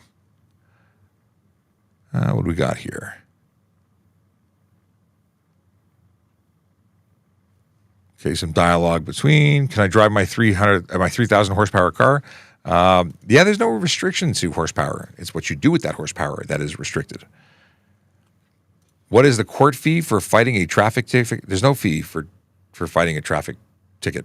You go fight it. You do have that right. You do end up taking time off work to go do it. I'm assuming it's going to cost you time, travel. I mean, you might be able to do it online. I don't know. Depends on if they're still doing in court or remote. But you could also have a first appearance with the prosecutor, and you might be able to get a lot of that done with the first appearance and not actually waste the court. Still wasting time, but it's less wasting. What is this? Don't know what they're talking about. Michigan. What are we talking about, Michigan? How do you confront a cop that says you were reaching the speed limit when you're not? What do you mean? If you're reaching the speed limit, you're reaching the speed limit. You're legal. Why were you confronting anybody for that? You're just driving. Speed limit's like you're legal if you're at the speed limit. If you mean, Mr. Nesh, that someone's saying you're speeding, and they say you're speeding and you say, but I'm not speeding, well, then you have something that you have to go to court. So if you get a ticket for speeding and you say you're innocent, challenge it in court. You get to see the evidence. If you go to trial, you'll hear the officer testify, but any notes that are made in relation to that ticket will be disclosed if you request disclosure. Video of the occurrence, if recorded, will be there. There you go. Why don't you allow car meetings? Car meetings sound like fun. What kind of car meetings are you talking about? Car meets? Car meets where people are tend to get involved with some criminal or at least illegal activity. They're not allowed. In New York region at all, they've got major fines. We don't have bylaws like that. We're not inviting that kind of behavior, and we do charge people for driving illegally. If you are getting behind the wheel of a car, if you are doing burnouts and drifting and carrying on in a dangerous way, we will charge you here. We'll charge you there. We'll charge you everywhere. In a tree. Anyway, I'm getting into my Dr. Zeus. Candice Blanchette says, should the police called off the pursuit? This is in relation to an event. I don't know the details of what happened. I do know they were going wrong way on the highway, and that would be a situation where it is of grave danger to everyone. And obviously, we saw a terrible outcome. I couldn't say. That is being investigated, so I'm not going to weigh in. Other than someone going the wrong way is a situation where we're going to try and stop them. It's not one where we just say, just let them do their own thing silently on the highway. Actually, we went into great detail of this. If you want to go back to the beginning of the episode on YouTube, you can go back and watch it. And Sarge, I think, put it very eloquently. Do you need car seats for kids when you use a taxi or Uber? Depends. Well, yes and no. No and yes. You don't need them for a taxi. You do need them for an Uber. So this is when you have an infant or a child that requires a child safety restraint in order to be in the car. You must have it for an Uber because they're just a civilian car that's allowing rideshare. There's special rules for buses and taxis. They don't require them. And people say, well, why? Well, it's less safe. We acknowledge it's less safe. But let's say you were somebody that was walking and it started raining and you had a baby with you, or you needed to get out of a situation because there was an abusive situation and you didn't drive. And we're not going to let you take a taxi because we're going to say you stay in that situation where it's unsafe. No, there's exceptions for public vehicles. That's public for those particular vehicles because they're used by the public. And yeah.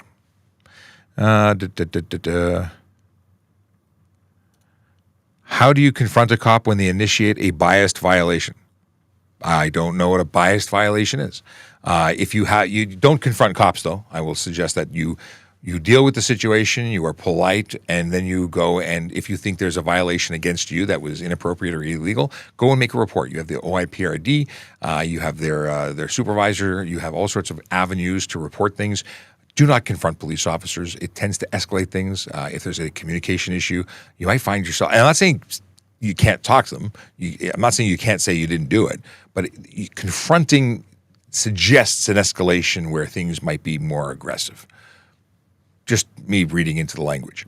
And I could be wrong, but hey, take your ticket, report, challenge, do what you want, but don't fight at the side of the road. Don't yell, scream, or escalate.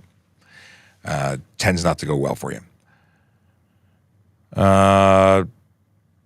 Somebody here suggests you waste time and money of the courts as possible. Slutty mac and cheese. Really? Wasting courts' time and money is wasting the public's money, right? It's government money, which means it's people's tax money, which means they raise taxes when you. Why? Just don't break the law. Like, really, if you got a ticket, it's because you did something. If you didn't get a ticket, you didn't do something, and you wouldn't be in the situation you're in. Why would you want to waste the money? But just so silly.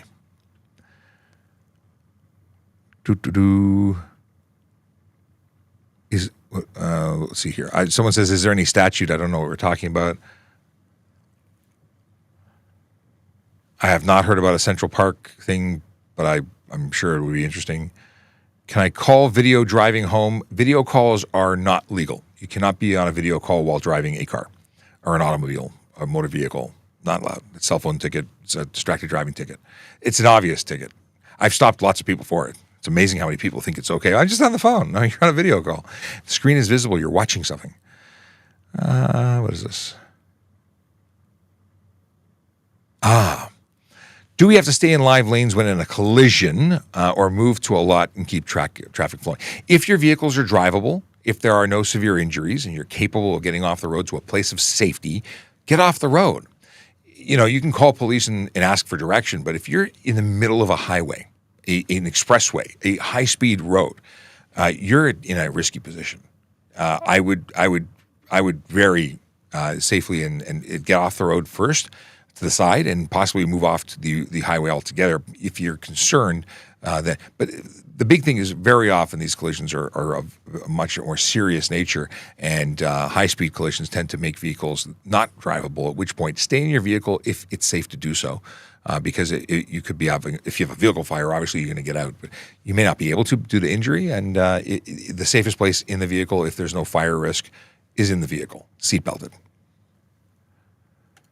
How much time roughly do police spend in court defending their tickets? I have no idea. I don't know what the stats are. In Toronto, we're off duty for those things. We're paid to come into court on our days off to testify, because we don't have the ability of getting off. We're so busy, we can't get off the road to come to these things. So we're going to schedule that for our days off and come in and testify then. So it's a different clock altogether. Is there a range regarding the accuracy of speedometers? Different speedometers and different technologies may be more or less accurate at certain speeds, but it's irrelevant because usually they're calibrated to underreport your speed. If you're doing 100, you're probably doing 98. That doesn't say you should do 102 to be 100. It just means you should just travel at or below the speed limit. But you are responsible for the actual speed. So if your vehicle was reporting 100, but you were doing 105, and if you got a ticket for 105, that would be a legitimate ticket. Is there any statute of limitations before a traffic ticket must be heard before a JP? It used to be, I think it used to be about a year before you could apply for an 11B, maybe 18 months before 11B. You're entitled to a reasonable speed of trial. But that said, there are delays that are permissible, and there are things that you could do to make it longer, where you take the onus of extending it. Let's say you show up to court after a year and you say, Your Honor, Your Worship, I'm unprepared today. I cannot proceed. I'd like to extend it. Well, you're making the request. That 11B situation where you'd be able to throw out the ticket is gone because you extended it. It wasn't because of our fault.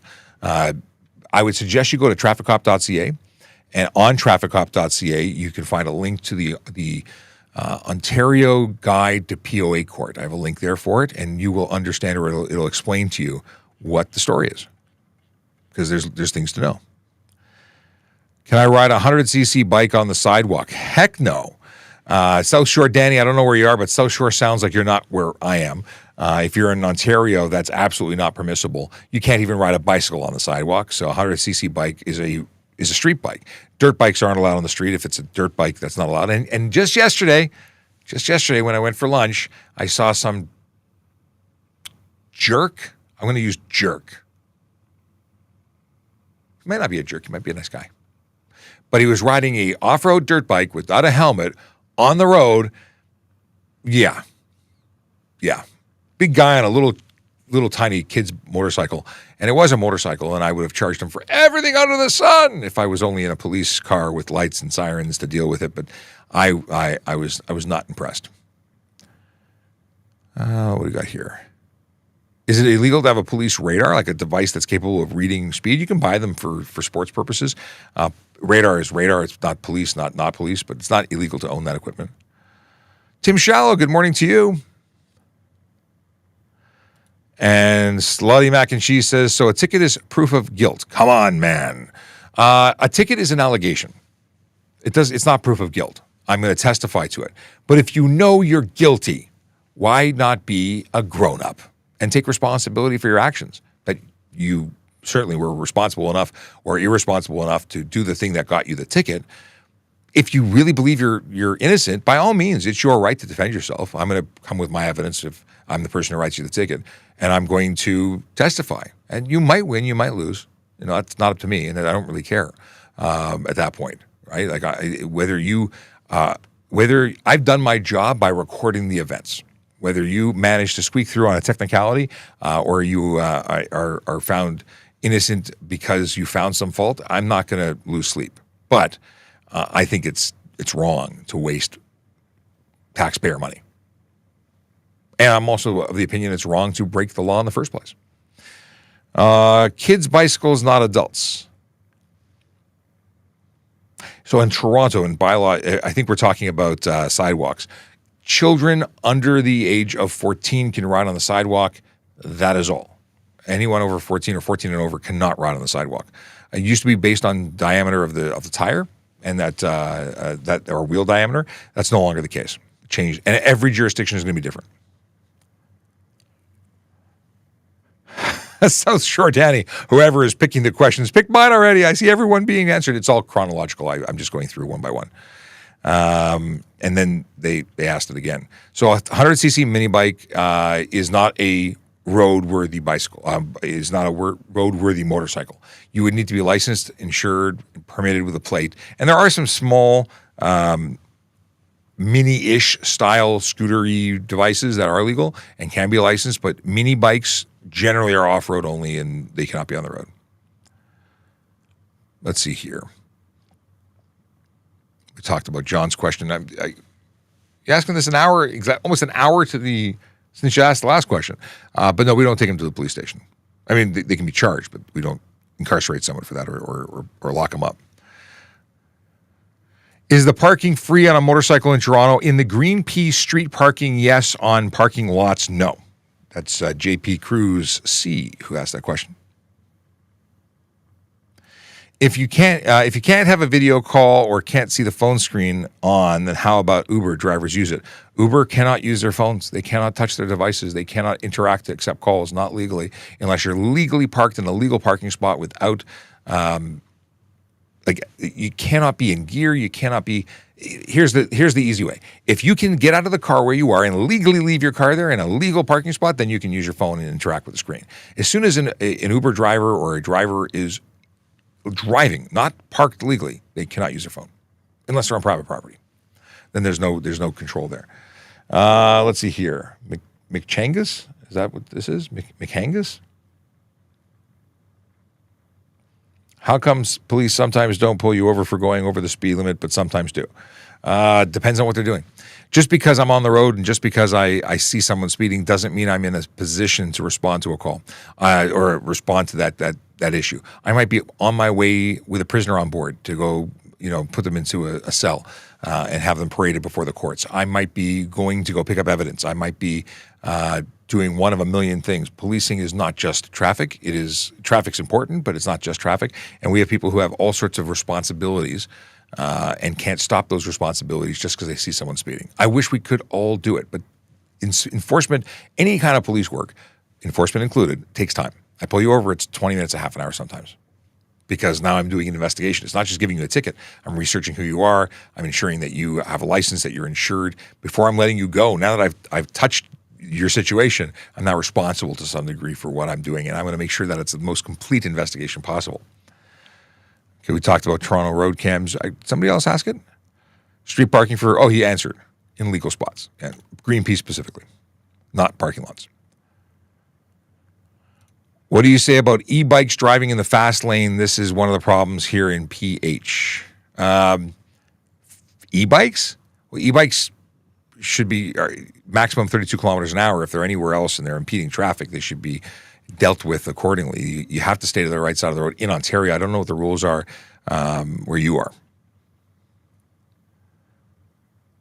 Is it more dangerous to be a Toronto police officer than a Niagara police officer? I don't know. I don't know what the crime situation is like in Niagara. I don't know what it's like to police there. Is it dangerous to be a police officer? In general, it is dangerous. You're running two calls where danger is likely to occur or is occurring for somebody else, and we are putting ourselves in a situation to stop or interfere and end that danger. It's certainly dangerous. We've had police officers die recently. Two of them that I knew, they were friendly with. So it's dangerous. We know that we're going to go to work. We don't know when we're coming home or if we're coming home. Every time we say goodbye to our family might be for the last time. So it is dangerous as a career, but is one more dangerous than the other? I couldn't say. Kevin doesn't like the OPP, noted. Don't know about that. Is the tint illegal? Is the tint? Tint can be legal. It can be illegal. Depends. I was just going to ask you about dirt bikes. So they aren't allowed on the road. Dirt bikes are not allowed on the road on Ontario, even in areas that allow ATVs to be on the road. Dirt bikes are prohibited from road use, period. I was stopped for doing 110 kilometers in 100 kilometer. I was stopped for doing 110 kilometers in 100 kilometer an hour zone. My GPS said I was doing 102. The court squashed it. That is up to the court. If you were stopped for doing 110 in 100 zone, you could very easily have been convicted. It depends on a million things. Like, did the officer testify well? Did you testify well? Were they just being nice? It's their prerogative. The courts are not our concern. Can you ride an electric bike on the sidewalk? No, you cannot. Not in Toronto. You cannot ride an adult cannot ride a bike on the sidewalk. You cannot e-bikes are 16 years and older to ride, period, in Ontario. And no one in the city of Toronto can ride on the sidewalk if they're if they're 14 or older, you cannot be on the sidewalk. So by virtue of those two things, you can't. Canadian Ape, haven't spoken to you in a while. How are you doing? Is it legal to make a left turn over a double yellow line? I keep seeing people saying it's not. It is absolutely legal. Double yellow line is a suggestion based on visibility, suggesting you shouldn't pass, but those double lines or single lines, regardless of color, are not enforceable lines. That said, if you were to make that turn and cause a collision, you're still responsible for causing the collision. The line, there is no charge for the line. Interesting. So, Michelle Gordon-Kuma asks, insurance different address than my license because one of my property needs my license to be address. That's a roundabout way. Depends if you disclose what's going on to your insurance company. If your vehicle, this is a private situation with a private company, an agreement with a private company. It could be considered insurance fraud. So if you have a property that has an area that has a very low collision rate and you get a better rate because of it, but you don't live there, then you may find yourself getting charged with fraud because you're defrauding the company from paying the rates that you're supposed to be paying based on where you actually live. That becomes an issue. It's not a police issue until they lodge a complaint of fraud. We have one of them on my street circling around the neighborhood, and it's loud and annoying. I'm assuming you mean mini bikes? Yeah, they're terribly loud and annoying, and I can't stand them, even though I like dirt biking on dirt bike places where dirt bikes are expected. Biggest Wang in town says, can you come to Next Cars and Coffee and say hi? When is the next Cars and Coffee? Send me go to TrafficCop.ca, use the forum to send me a message. Let me know what the details are. If I can, I will. I'd love to come to events. I do go to events. I'm going to a Porsche event coming up soon. I was invited to one of those, so I will absolutely stop by. I'd love to come. I'm a car guy. I'm a car and motorcycle guy. I always have been. And as long as there's no illegal activity there, we'll have no problem. But if you invite me to an event and then suddenly there's illegal activity, expect me to call my friends. I'm just putting the warning out there. So it's an invitation that, if I take it up, it could be bad for those who attend and do bad things. I'm always a cop, 24/7. Windshield tint laws from Uncle Peru. You cannot have a tint window. What do you do? You cannot have windshield tint in Ontario. Some provinces allow it. However, we do not. It is an unsafe motor vehicle. Once you tint the windshield, you can lose your license plates for it or be forced to, I shouldn't say forced. You could be given the option to remove the tint roadside to avoid requiring a tow to your next destination. That's the nice way of saying it. Okay. I've gone overtime today. Look at this. My podcast is late. That's the reason. Is it illegal to have magnetic trailer lights on your car if your tail lights don't work? Well, you have to have tail lights. But taillights, like when you say magnetic trailer lights, are they functional? Are they functioning with your vehicle when you depress the brakes, they activate? Because you can get those for tow situations. And as long as your vehicle has brake lights, whether they're magnetically attached or not, they're functioning. I can't see an issue with that.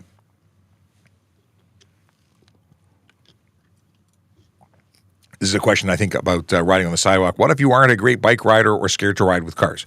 Don't ride on the road or sidewalk if you're scared to be there. Learn to ride in park areas, parking lots. Develop your skills as a rider before you start traversing traffic because you're going to get hurt.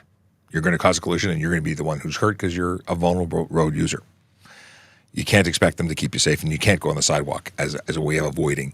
And if you're a bad rider, you're probably going to be putting, aside from the fact that it's illegal, you're going to be putting pedestrians at risk. That's why we don't want you on the sidewalk to begin with. Can you transport a child for medical emergencies without a car seat if you can't wait for an ambulance? Jen, I'm going to tell you that people are going to do whatever they're going to do and hope and pray that they make it there. If you were to be involved in a collision on the way there, it's very, very high chance that child won't make it to be saved because you put them in an even greater risk. I would suggest that if you cannot wait for an ambulance, you call the ambulance and you get direction whilst on the phone. I would also strongly suggest taking first aid training. Take first aid. Everyone, please take first aid training. It could be the difference between saving a life, whether it be your own or another, someone you care about. Very often what you need to do is buy time. You need to buy time to allow emergency vehicles to get to you. And here's the thing. An ambulance is not a bus. It is not simply a drive to the hospital. And people don't realize that people, when being transported on their own, when people just trying to get there, aside from the potential of a collision, may not make it because the advanced life support that is going to be provided, the treatment that will be provided en route, is really what an ambulance is for. It's not patient transfer. It is people who are trained and capable of doing more than the average, more than a first aider. They're going to be doing life-saving techniques, utilizing drugs under the direction of medical doctors. They're going to do stuff and very often, I mean, listen, I'm a dad, I get it.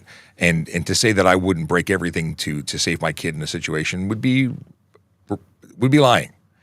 But I would do it as much and as safely as possible with as much direction as possible whilst losing my mind, because that panicking parent, I get it.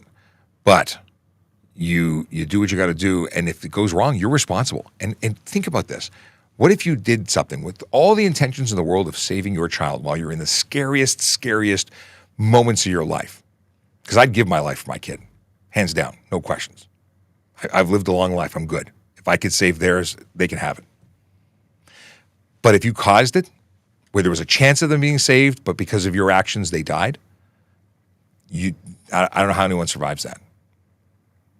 So You do what you got to do, but you do it as safely as you can. And I would suggest waiting for an ambulance. If we pull you over while you're doing something, yeah, you might get charged, but we're also not going to let you leave. You're not going to continue driving without that car seat, without putting some, we're going to start doing first aid. We're going to call an ambulance to have them meet us at the side of the road. Like, if things were to go badly, if we saw you with that child, we're not going to, just let it go. Jay Daddy, you're incorrect. The police did not do that. You're absolutely incorrect. Somebody who was breaking the law did that. I'm not even going to acknowledge it beyond that. Let's see here. Regional races at Canadian Tire Motorsport Park this weekend. Want to come? Paul, I appreciate the invitation. We've got to connect. You gave me information to give you a call, and I haven't had a chance to. This weekend is not a good weekend for me. It's the police memorial. I think, and I'll talk about this more on Friday, but this weekend is the Ontario Police Memorial. It is a really important event, something that is incredibly near and dear to my heart. Police officers and their families pay the ultimate sacrifice. Police officers might get killed in the line of duty, but they leave behind families that forever have a void that can never be filled. It's just they pay the price every single day. The police officer paid the price with their life once, but their family pay every single day and suffer the absence of that loved one. So I'll be at the police memorial on Sunday. But I do love the idea of coming to visit at the track someday, and I'm sure one day I will. Now, we got lots of events coming up in the city where we'll have opportunities to meet up. Like, my plan is to be at Honda Indy, which reminds me I got to respond to an email today because I have a contract that needs to be signed. Yeah, thanks for the reminder. But always feel free to, anyone who's watching, if you have an event that you want me to come to, if I can go, I'd love to go and make an appearance and say hello. I am a pretty approachable guy. Okay. Stephanie, I don't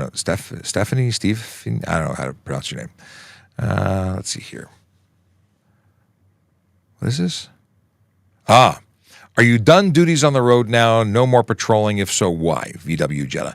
So I was in the motor squad. I got hit by a car when I was on my motorcycle returning to the station. As a result, I have injuries, and they're injuries that have, although I'm a lot better than I was after the collision, have left long-lasting issues. I look like this now. No, I have issues that prevent me from going on the road. I don't do the patrol. I miss it terribly. I wish I could go back on the road, honestly. There's so much that I'd like to do. So many tickets I've yet to write, and I can't. Although every year I review and I try and go back, but I'm yet to be authorized. So until I am, I'm here. And I'm having a lot of fun here. I'm able to contribute to doing and helping people, which is it's not the way I wanted to do it. It wasn't how I never envisioned myself as a social media guy. But I will say this: I'm helping more people per day doing this. And over the last 3 years or more being on social media, I'm able to help thousands and thousands of people all the time, creating an archive of information that might just help people slow down and save lives. Whereas when I was picking people off one at a time on the road for what they did, I maybe saved lives, but I impacted one driver in here. I mean, we've got 90 plus people on these platforms. If I go over here, I don't see how many people we have live, but we've had 2,600 views. 2,646. By the way, I know we're still here and I'm going to be going offline soon, but share the live and follow us if you don't already follow us, because having more people access our account and get the information really does help educate. That's all we're here for, is to help you. It's all about helping you. And ultimately, if I change behavior, if I change your behavior by giving information, maybe someone wins. They don't get hurt. They don't get killed. They don't have families or neighborhoods and communities, destroyed by a senseless death. And thank you, Greg, for responding to let them know. I just noticed that other people answered on my behalf of letting them know what happened to me. Can wheels extend beyond the body of a car? They're not supposed to. They do all the time. Do we stop and charge people? Absolutely. Improper tires, having the width of a vehicle beyond that of what's permitted. There are charges for unsafe vehicle. There are charges for not having mud flaps or fenders. They're not legal, and they look silly. frankly. I mean, they look cool on off-road cars, but those off-road cars should not be on the road. Do we focus on that? No, it's probably going to be something else you did that caused you to be pulled over, and then you get a ticket for both, because we are so focused on the behavior that leads to serious injury and death. It takes a priority over tires. But if we see it, very often you get pulled over for it. Tesla electric vehicle with personalized Ontario blue plate. Can it be driven in the HOV lanes? No. Technically, the plate is what gives you authority to use those lanes. So if you are driving with blue plates, you have given up your green card, quite literally, to get into those lanes, and you could be charged. Would you be charged? Are we looking for blue plates over green? First of all, I'm not with the OPP. I'm with the Toronto Police. We're the city unit. We're the city municipal police, and although it's not our jurisdiction, we do have the ability of writing those tickets. What the OPP chooses to do may be entirely different, but it is not lawful to have a blue plate in that lane.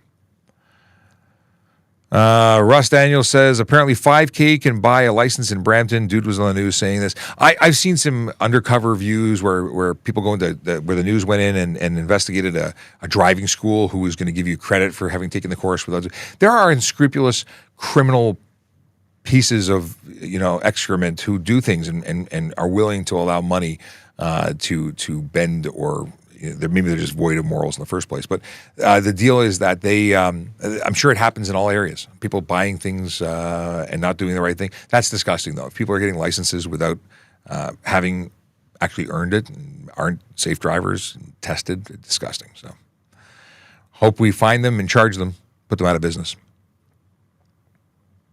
If you just got your license suspended, can you drive your car home? No. If you're suspended, you're suspended. Now, very often when you're suspended, it's because we impounded your vehicle at the same time, so you have no car to drive home. Taxi is the way to go. Tow truck sometimes. If you weren't having your vehicle impounded, tow truck will give you a ride home usually, or taxi. Let's see here. Can I drive with closed alcohol in the car if I'm underage? If it's sealed alcohol, factory sealed, you had a bottle of wine, it's original cork in it, it's never been broken, it's in the trunk in a closed material, yeah, then you could transport that. You can't buy alcohol, but it doesn't mean you can't have it in the vehicle. If it's been open and you closed it, that's not legal. You can't have that. What is this? Mr. Nesh has lots of interesting questions. I'm done with your questions. Now you want to know stuff that's just ridiculous. Okay. Do I need an M license for a 100cc mini bike? M license is for a motorcycle. Mini bikes are not generally licensable. They are not roadworthy devices. So an M license wouldn't help you with a mini bike because a mini bike is not allowed on the road. Toronto road cams jumping on that whole green plate, blue plate thing. You're absolutely right. Best advice. How badly do you need I have a vanity plate on a motorcycle. I generally don't want to be notified or identified, generally.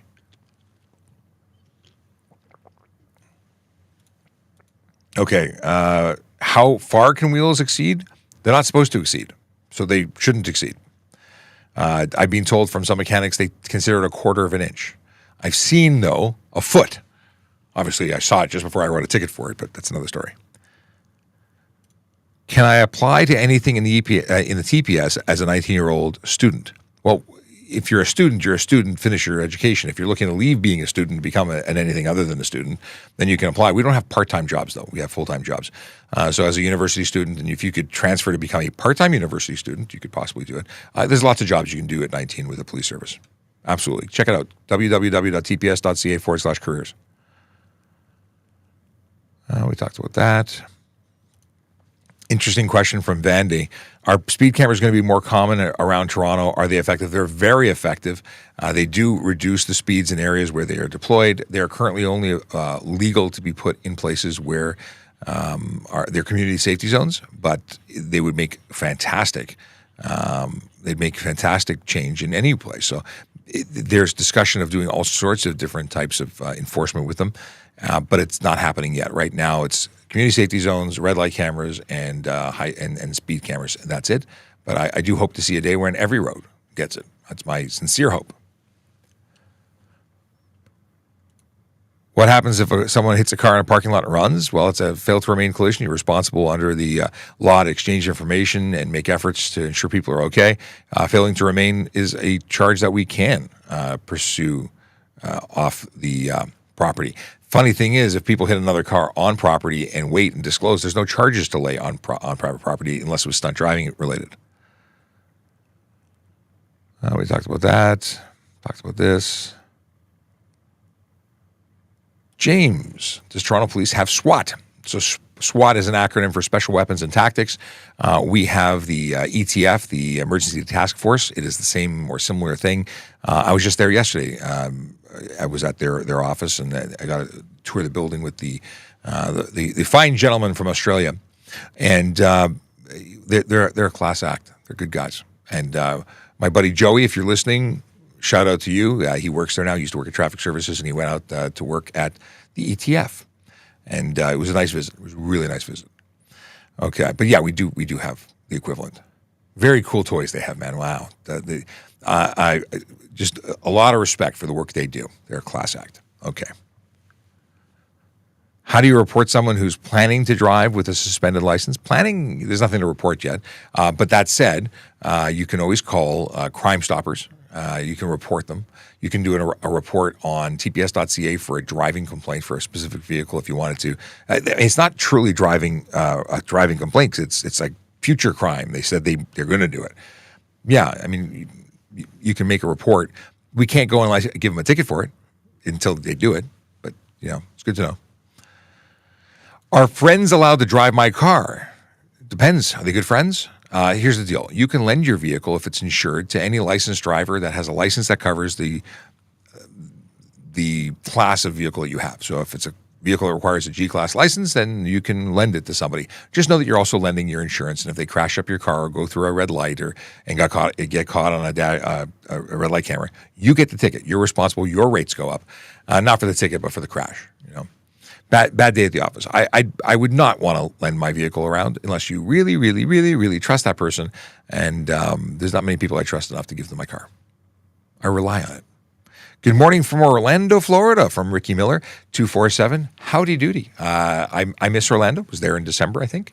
And I can't wait to come back. A big fan of Orlando. We're a big Disney family. I wouldn't mind moving back. I lived in Fort Lauderdale for 5 years. I'd like to come back. And Orlando is one of those places that I could consider living in, a retirement location. Just saying. Need to go to get a Disney fix. Are you ever too old for Disney? That's a question. A question that I have not an answer for. Not yet. A little disappointed. I was talking about this morning. I'm a little disappointed that I didn't get to go to the Disney hotel experience, that ridiculously overpriced and very cool looking hotel. That is no more, as far as I know. Talked about this. Scrolling. What's the law on using your turn signal? So what's the deal? What's the law with using a turn signal under the impression that it's required by law? It's required to signal the intention to move your vehicle if it could affect anybody else on the road. Another vehicle, a pedestrian, a cyclist, anybody else on the road. So the answer is you should always use it. But if no one was around, well then no, it's technically not required. But if it affects anybody else or could affect anybody else, it is required. So rather than using it conditionally, just use it all the time. Because guess what? If you get a ticket for it, someone was there and you didn't realize. All right. Scrolling. What is my eye is bugging me. Probably shouldn't be sticking my finger in it, but anyway. What's the most recurring incidents or violations of the roads you see on the roads today? The most prevalent are by far the most serious. Speeding and distracted driving. General aggressive driving. People are so important, more important than everybody else. Just ask them. And if they don't want to admit to it, just watch them drive, and it's very clear that they think very highly of themselves, and they just can't, leave 5 minutes early so they can slow down. But that's another story. In any case, speeding and distracted driving are probably the most prevalent, and they certainly are the ones we impact or write the most tickets for. And we talked about this. These are duplicate answers or questions, I should say. There's a lot of duplication, and I've already talked about this stuff earlier, so I guess they just were impatient, asked it twice. All right. With that, I am going to say it's time to listen to a song and say goodbye. There's a dad joke that hopefully is still in the system. Here we go. Here we go. Dad joke. All right. My wife wanted to brighten up the garden, so I planted some bulbs. I like that. I quite like that. And this, what is this one? This is punk rock. I don't think I listened to this one. I did Ticket Tango. I want to find the, where'd it go? Here, okay, I'm going to find it real quick. It's the rock version of, I'll play both. This is, where is it? This is the traffic song. I love it. It's performed by a police officer right here. Yellow light, red light, green light, go. Driving safely helps the traffic flow. Watch for pedestrians, look out for bikes, and don't drive like a jerk that no one likes. Yellow light, red light, green light, go. Driving safely is the way to go. Put down your cell phone, nobody needs you to text and drive on the DVP. Yellow light, red light, green light, go. Stop at stop signs, look both ways, then go. Seatbelt, save your life indeed. And watch your driving, don't speed. Yellow light, red light, green light, go. Driving safely is the way to go. Don't drink and drive or smoke some weed, because you might go to jail and not get freed. Yellow light, red light, green light, go. Driving safely helps the traffic flow. Come on, where is this? I'm convinced that I'm going to find it. One second here. I could swear that I put it. Is this here? No, this is not. Come on. Recently added. Not there. I think I sent it to her in a text. Come on. I'll try one more thing.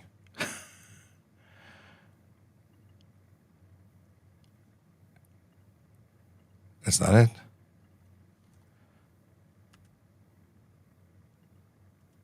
Oh, I should probably put the volume up. It's plain you see. That's not the one. Bear with me if you want. Otherwise, hang out if you want. Don't hang out if you don't want. But I am looking for the song. How did I? Okay. Is this it? Here. How do I not?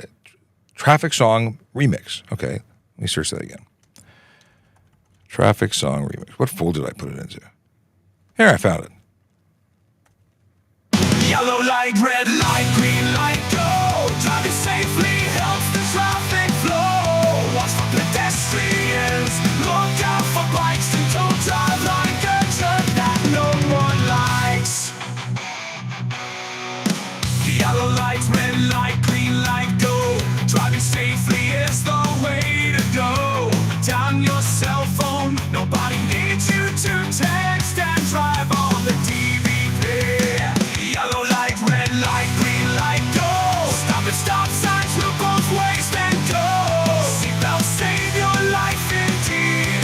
Watch your driving, don't speed. Yellow light, red light, green light, go. Driving safely helps the traffic flow. Don't drink and drive or smoke some weed. You might go to jail and not get free. Yellow light, red light, green light, go. Driving safely helps the traffic flow.